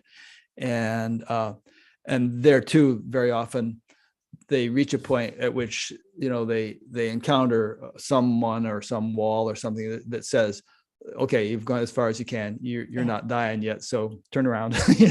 But so it's interesting. Have you seen the movie Ghost? You probably have. Yes, I have. Of course. Bruce Joel Rubin, who wrote the screenplay, has been on that gap, and we stay in touch. But that was amusing because, I mean, you know, okay, so Patrick Swayze was trying to get Whoopi Goldberg to cooperate, and he kept singing "I'm Henry VIII, I am" over and over again until she agreed to work with him. But I get referring to Father Nathan Castle again. I got the impression, talking to him and others, that there's kind of a queue on the other side of people who would really like to communicate with somebody on Earth, but there's a paucity of people like yourself who can actually facilitate it. I agree with that. And one of the main things that I do now is I teach mediumship. I help people to access that part of themselves, both for their own reasons, because it's an amazing journey to go on for self, but also because I do agree that there are a lot of stories wanting told, a lot of relationships wanting rekindled, a lot of people in the spirit world wanting to be acknowledged, a lot of broken hearts that think they've said goodbye forever, needing to be restored, and that there's a real feeling in the spirit world of intentionality about wanting to resolve some of those things. And, you know, as we discussed earlier, the sort of greater good that can do as well. So, yeah, I do agree with that. Yeah. Your book is mostly, I mean, you tell all kinds of cool stories, and we should touch upon a few of those today before we're finished. I'm going to look at, there's some questions that came in too. I'm going to ask you in a minute that might elicit some stories from you, but your book is mostly actually a training manual in a way for people who would like to develop mediumship abilities. And then of course you have online things and Facebook group and all that kind of stuff to, you know, supplement the book. Yes, yeah, definitely. My book, really, it's an arc. So from chapter 1, you start off as, okay, I know about death. We all die. Probably I've lost someone, which is why I'm interested in this stuff. But how do I start to sort of crack open whether or not there is something transcendent and what that might be? And the best place, I think, to always start with that is with your own loved ones, because they are closest to you. You have the love with them, the trust with them, the goodwill with them.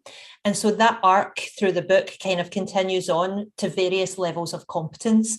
And the reason I wrote it like that is twofold. First of all, because I do think that many more people have mediumship capacities than realize it.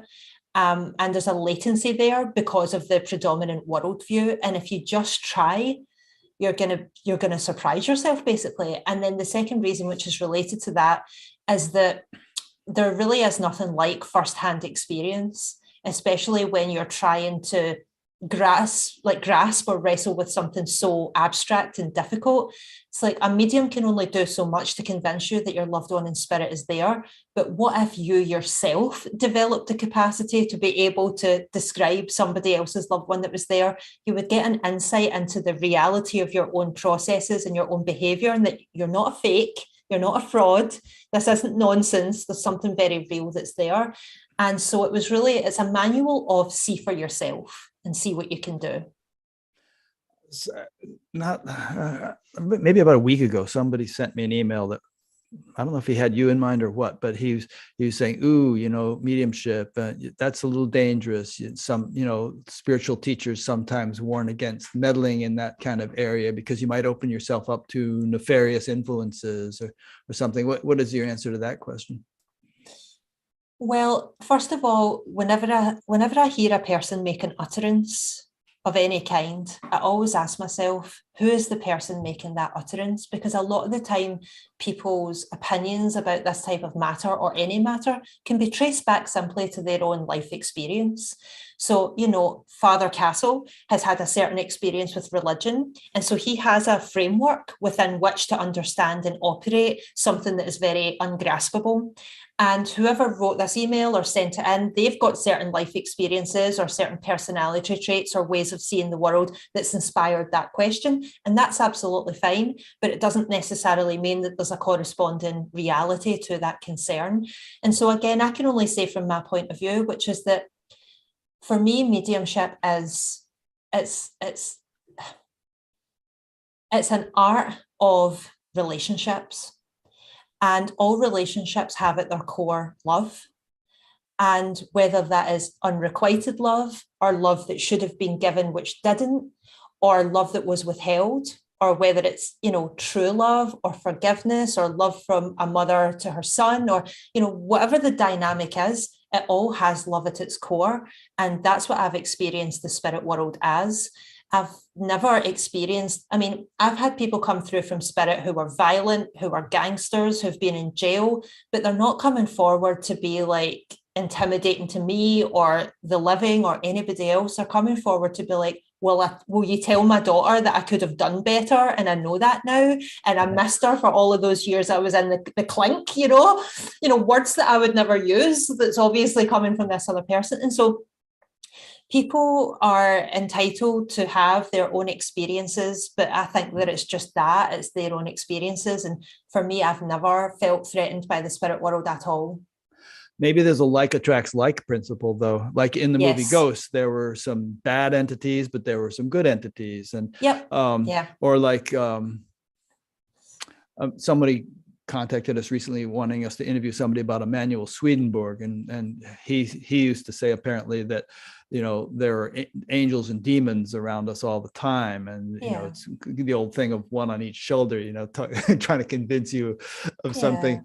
So I actually have interviewed two people that I can think of who, one of them was sort of a psychic person, doing that kind of work. Another I don't think was, but both of them say that they all of a sudden, or maybe not, I don't know if it was sudden, but they started getting assaulted by some negative entities on a subtle level. And it took them quite by surprise. And they had to really go through a process in order to get that to stop. Anyway.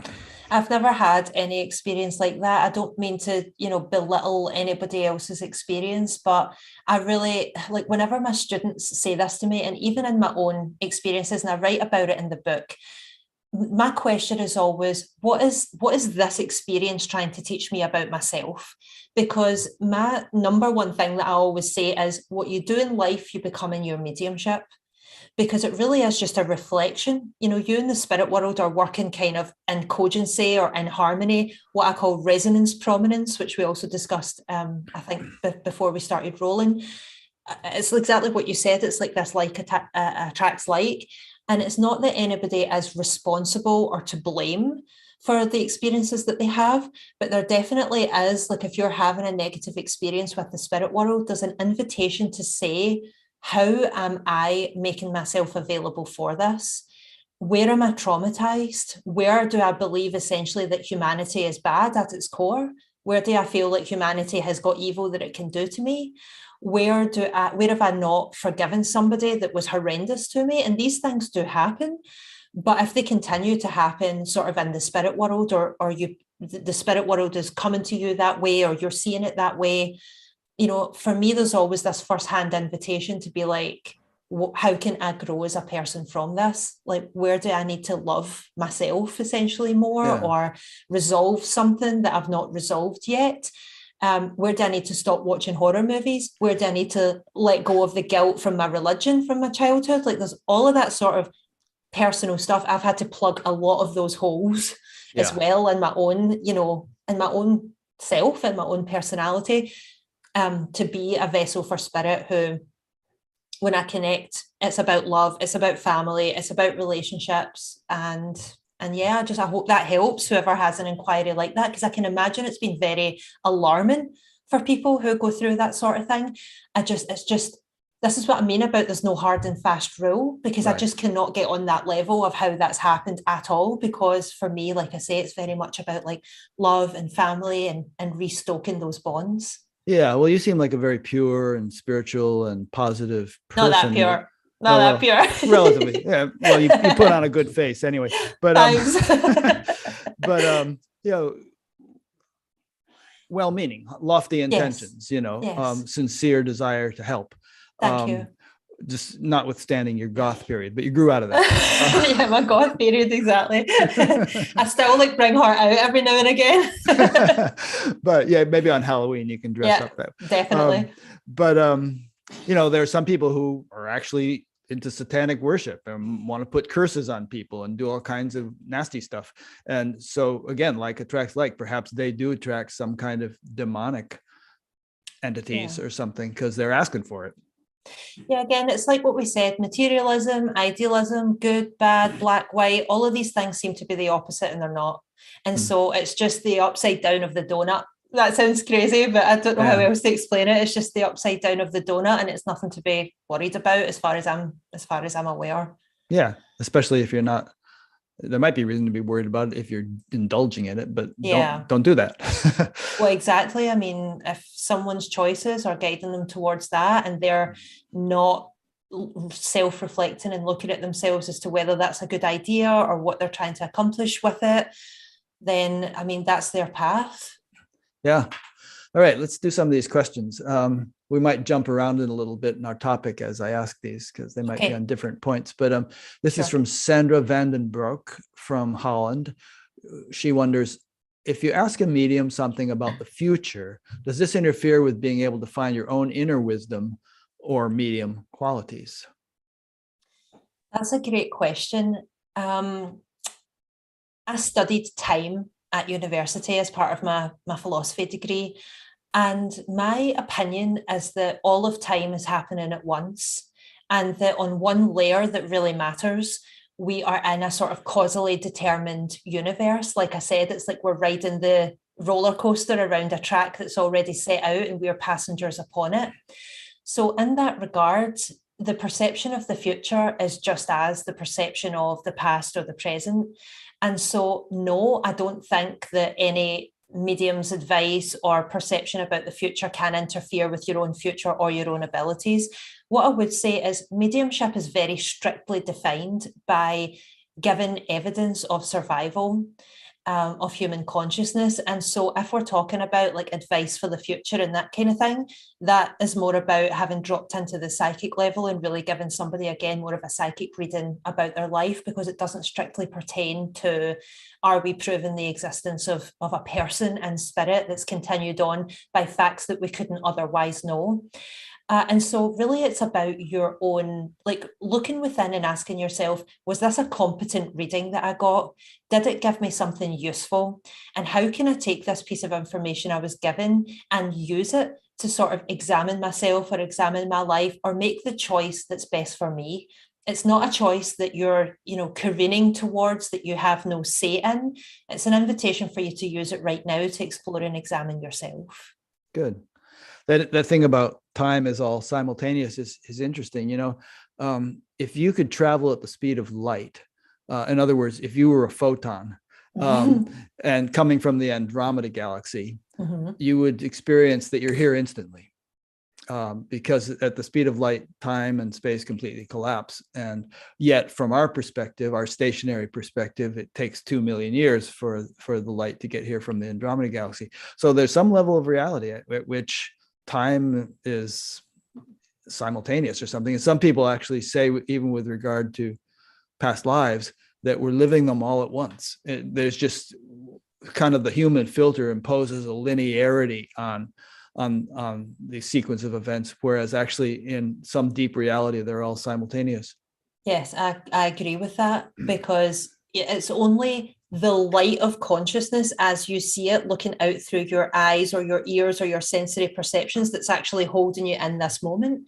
It's only the ability of your brain to give you the sense of proprioception, which is where the boundaries of your body are, and that is giving you this little flashlight that you can shine on what we think of as the present moment based on the sort of linear movement that you're committed to by the fact that you're in a massive body.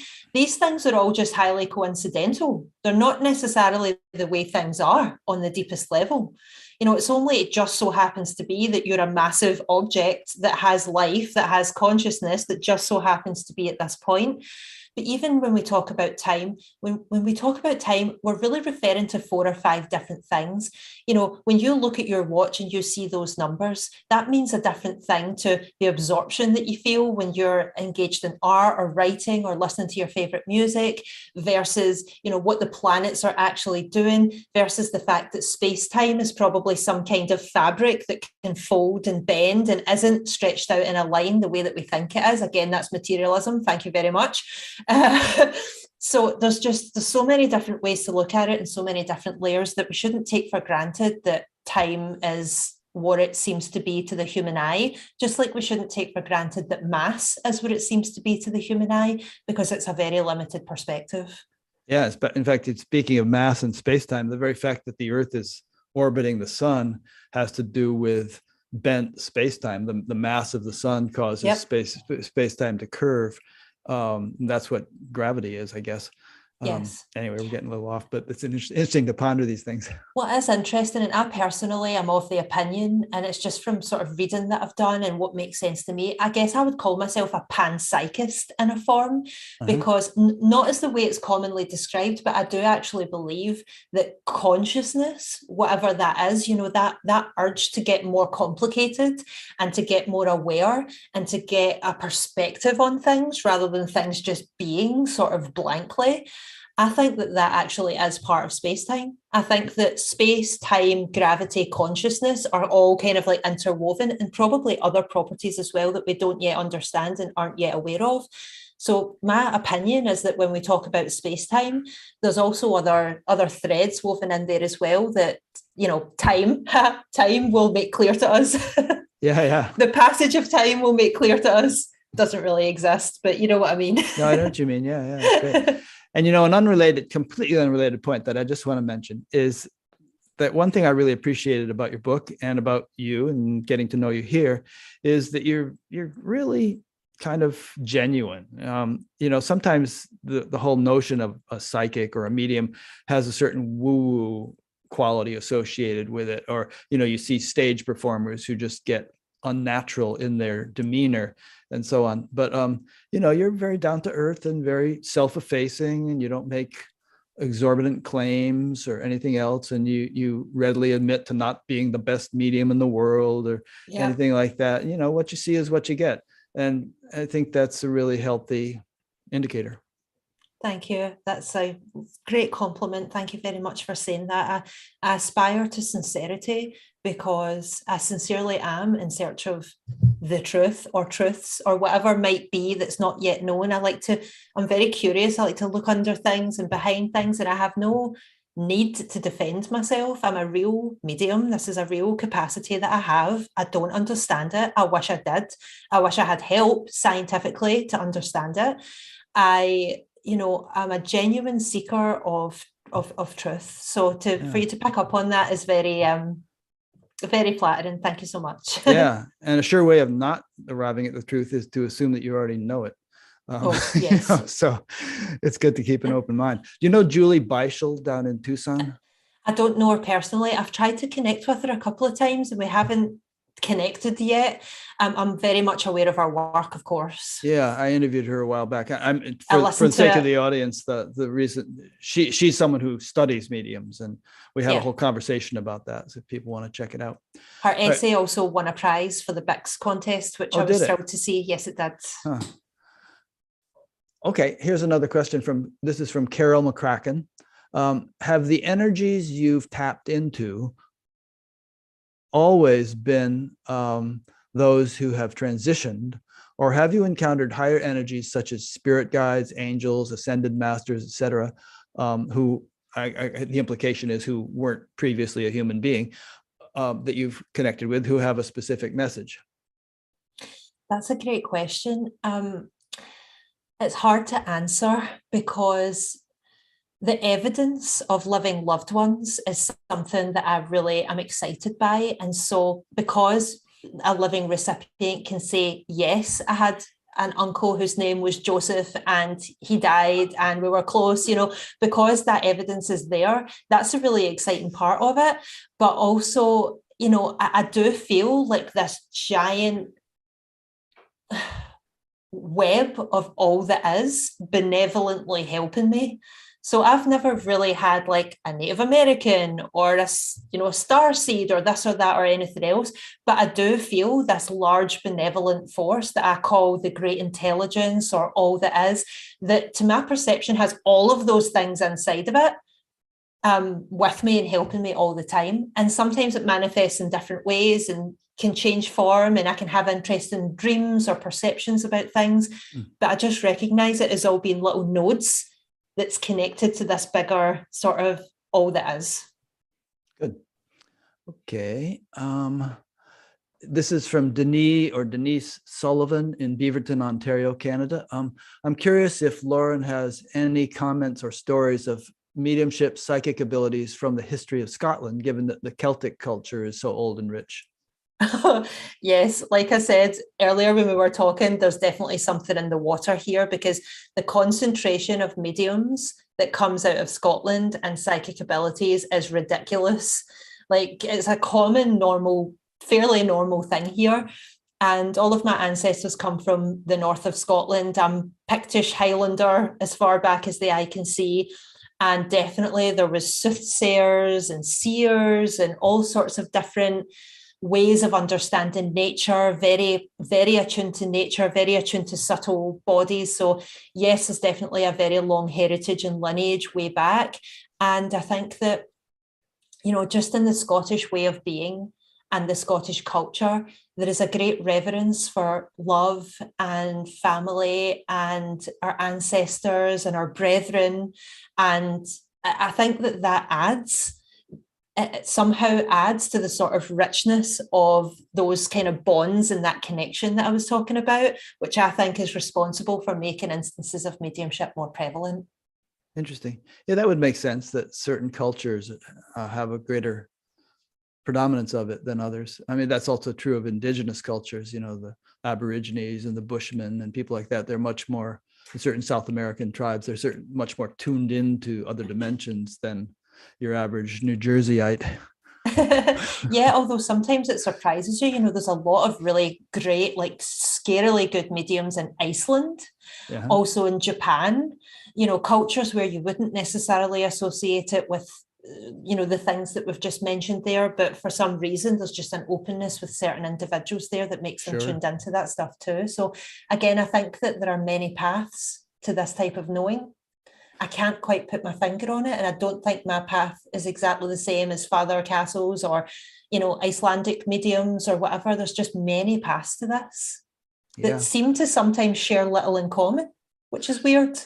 No, there are people all over the world who have gifts. I mean, I spent 3 months in Iran one time and met some marvelous people there. And, and the stereotype might be, oh, those people are all violent or crude or whatever. But wherever you go, there are gems of people scattered around. Yes. Here's a question from Iris in Sydney, Australia. My friend passed away 15 years ago. I always felt she was sad and very uneasy about something she wouldn't talk about before and during her illness. After her death, I had vivid dreams. She, pale and distressed, was trying to frantically tell me something. These dreams had a sense of urgency, of desperation.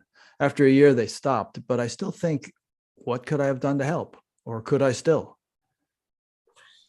Oh, that's a really great question. And this is where I feel that there's a bond between you and your friend who, that bond is a really special thing. And there's a care that you have for that person and there's a care that they have for you. And it's obviously been a really, really strong resonance prominence between you of what this thing was and your experience of it. So my recommendation would be for you to do a ritual for your friend.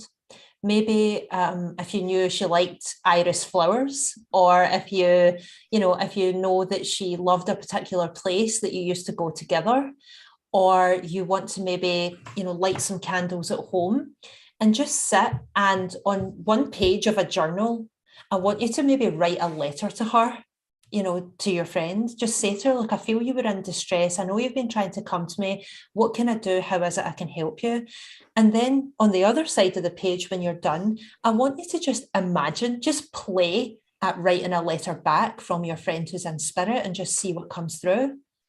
And so really, like I said, these experiences with the spirit world can often be really just unique with the bond that you've had with this person. So approaching it with the spirit of curiosity and exploration and self-discovery and discovery of what might be transcendent is the right spirit to approach it with. So that's what I would try. Have a little ritual time for your friend, because I can feel the love. Even in your question, I can feel the love that you shared with this person, and that really means something. So put together a ritual that feels good for you, your side and your friend's side, and see what comes up. Great. Let's spend just a few minutes talking about some bits of evidence that have come through in readings you've done, which there's no way you could have. I mean, for instance, there was one where, excuse me, you were communicating with someone who had passed, and you saw a kitchen towel that had the faces of the family printed on it. Yeah. I mean, how could you have pulled that out of a hat? It was just a really unusual thing. Hardly anybody has towels like that. And yet you came up with it.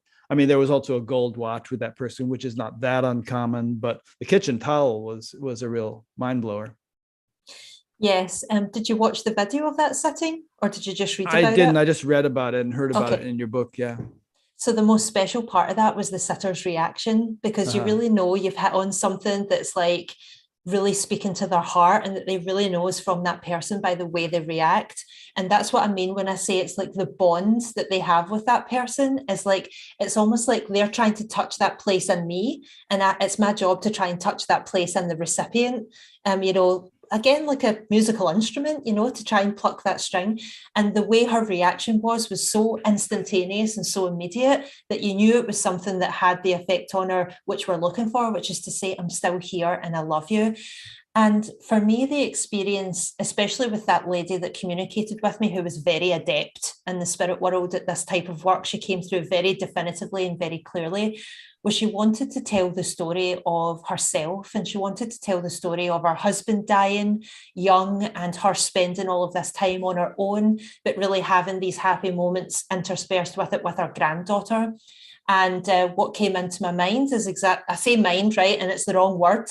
What came into my holistic, embodied, experiential perception of who she was as a person is that she was either given a gift, or there was this kitchen towel where she would walk into her kitchen and here would be this towel that had all of our family's faces printed on it. So that's what it's so hard to explain, but the embodied perception of just being that person for a split second just comes in, and that's what I saw. What are a few other little tidbits like that where, no way you could have guessed at it or any such thing? Just, you don't even have to tell the whole story of a particular reading, but just like a few little gems that have come along. Sure. So in the essay, I unpack that reading that you're talking about, and I also unpack another reading with a client, Sally, who sadly her son passed away. And again, her son was very eager to speak and very adept at understanding how to get a message across to me. And in that reading, again, it was objects. So his sweater, which had a big design on the front, which he put around my shoulders as I was giving the reading. So I knew it was important, and she had been wearing it. And a necklace that had a shell on it that had been given to his girlfriend. So for me, material objects have a very special place in mediumship settings, because when you're given these more abstract pieces of information, like how someone's personality was or how they felt about a certain thing, there's always that room to say, well, I mean, there could be confirmation bias, and how do we really know that that's how they felt? But when you say, look, I know your son wanted his girlfriend to have a necklace that had a shell on it. Did you give her a necklace with a shell on it? And then the sitter immediately produces that item. Then there's something because it's public and it's concrete, there's a very special shared experience you get to have with that type of evidence, because you as a witness, if that wasn't your reading, can see the item being produced. There's no ifs, ands, or buts. It's not like, we could leave it open to interpretation, or maybe there's confirmation bias. So that type of evidence is really important, I think. Also for me, I really love to try and embody the memories and the mannerisms of people in spirit. So, memories are something where if you shared a really warm or intimate memory with somebody, like a fishing trip, for example, if you went fishing with someone you really loved in spirit and that was a really happy time for you, and that comes forward, that's like something that takes you right back to that bond and takes you right back to that connection. And that is what I live for. That's what I do this for. And then there's also sort of, if you can perform the way a prison guard used to walk, or the way he used to pull his trousers up slightly before he sat down, or the way he used to, have this particular wink that he used to do when he was being, a little bit cheeky or that sort of thing, it's these kind of things that you couldn't possibly have looked it up. You couldn't possibly have gotten it off of Facebook. All of these unkind accusations that skeptics would make against me, I'm constantly trying to push the envelope for how to transcend those. And so the spirit world know that, and they're trying to work with me on that level as well. So yes, meaningful objects, memories, and mannerisms really for me are the ones I love to bring through the most. Irene and I had a reading one time with a well-known psychic. And it kind of flopped. I mean, she wasn't getting anything, and she was a little flustered and a little embarrassed. And I'm sorry, I'm really not getting anything. We kept saying no to everything. And it wasn't like the one you talk about where the subject was adopted. And so therefore she didn't actually know the answers, but we're not adopted, and she just wasn't getting anything. So like in baseball, the way they grade a player's performance is starting with a scale of 1,000. If they hit, let's say, a third of the time, if they hit successfully, then they're batting 333, a third of 1,000. And that's a really good batting average. So if you were to give yourself a batting average, what's your batting average? Oh, that's a really hard question because it depends on what you mean by average. There's lots of ways to understand average here. Over the course of my career, I would say my batting average is about 70%, 70 to 80%. Well, however, you'd be making a lot of money in professional baseball. Well, yes, exactly. But that varies wildly from reading to reading. And it also varies wildly in the quality of the information, because you can say, yes, something was a hit, to a piece of information which might be kind of vague, which I don't find in my own work particularly impressive, but it's still a hit. So in a way, you've got to weight, when you're talking about evidence, you've got to weight certain things more heavily than others. Not all hits are created equal. Also, I bomb hard with certain people in certain readings, and I'm fine with that. It's absolutely fine. I'm never going to get anything 100%, which unfortunately is the expectation that I should if I'm making the claims that I'm making, but that's not how human communication works at the best of times. But also, when we're trying to grapple with these ideas of the stats and the evidence and the batting average and these types of things, that really is only one way to understand a mediumship setting. The other side of it is the way you appreciate music. So do you like music, Rick? Oh yeah, I used to be a drummer. Okay, well, so when you appreciate music and you're like really in the zone and you're listening to music or you're playing music and you're so moved, it's like, it's very, very hard to try to quantify that. If you were to just talk about the individual beats of the drum or the individual words in the song, it's like, it's not meaning what the song means. And so really when it comes to mediumship, the other way of understanding it, which I think is more important and more true, other than just the individual pieces of evidence and how right or not they were, was, did you capture the essence of the person in a way that moved the sitter overall, holistically, and similarly to the way a person's moved by a piece of music? And so for me, that is my aim. Any one piece of evidence on its own, so to speak, obviously I did break it down in the essay because I knew I was writing for academics, but actually my goal is like, did I capture the personality, the sentiment, the meaning, the love of that person in the truest possible sense that I feel proud of and which the sitter benefited from? And if the answer to that is yes, then, sometimes you can say something that seems like the most random, silly, vague thing ever, and it's the thing that means the most to the sitter, and there's just no accounting for that. And so, my job is just to turn up and be as true as I can. Great. All right, we're just about out of time. How can people plug into your work? They can read your book, obviously, you have a Facebook group, but you have these webinars or something where mediums in training can interact with you and stuff. And I presume you're still doing individual one-on-one sessions with people. So run through some of that, and I'll link to all of this on your website, or at least to your on my website, or I'll at least link at least to your website where people can find out all the details. Sure. So yes, as you correctly said, there's lots going on. The best place to connect with me is on my Substack publication, which is called The Art and Science of Mediumship. You can subscribe for free, or if you want to enjoy some perks, you can have a full paid subscription, which is like £9 per month. The only one-to-one sittings that I do is that every month I pick one person from my paid subscribers to do a one-to-one sitting for, because I'm so busy with my writing schedule and my public dem schedule that I have very little time for like a lot of one-to-ones right now. I do have a monthly mediumship meetup where I do a public dem and you can come and watch it. It's on Zoom. And it's called Spirit Sessions. And if you sign up to the Art and Science of Mediumship, that's really the best place to be notified when the next Spirit Sessions is going to happen.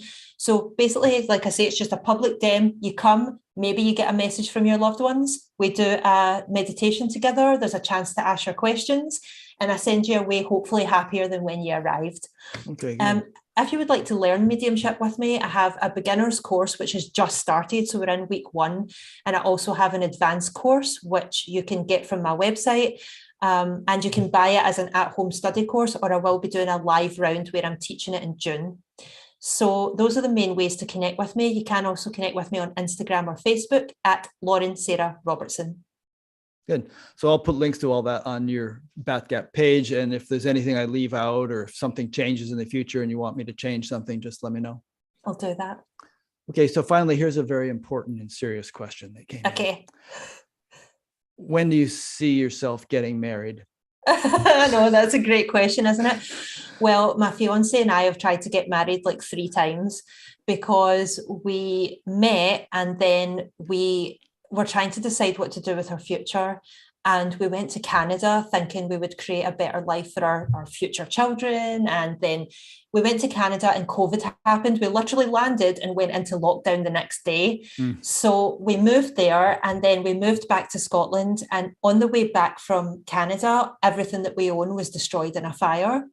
So we've literally come home to Scotland with nothing. All of my journals from when I was 14, all of my Manolos, everything was destroyed in this fire. So we've been rebuilding our life in Scotland, but it is on the cards, so to speak, that we will be tying the knot sometime soon, hopefully.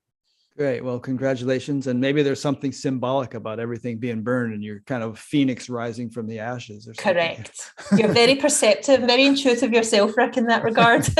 Yeah, good. Well, it's been a joy talking to you and getting to know you, and we'll be in touch. And as I mentioned, for those listening or watching us, I mentioned earlier, next week's interview will be kind of along similar lines. It's a fellow named William Peters who has a whole institute involved in shared crossings or shared death experiences, where you partake in some way of the experience that a person is having as they die or have died, and yet of course you yourself don't die, but it's quite common, and I've had a couple of those experiences myself, so maybe I'll mention those in next week's interview. Wow. Okay, Lauren, thank you very much. Thank you so much for having me. It's been a pleasure. Yes. Talk to you later. Talk to you later. Take care. Yeah. Bye-bye.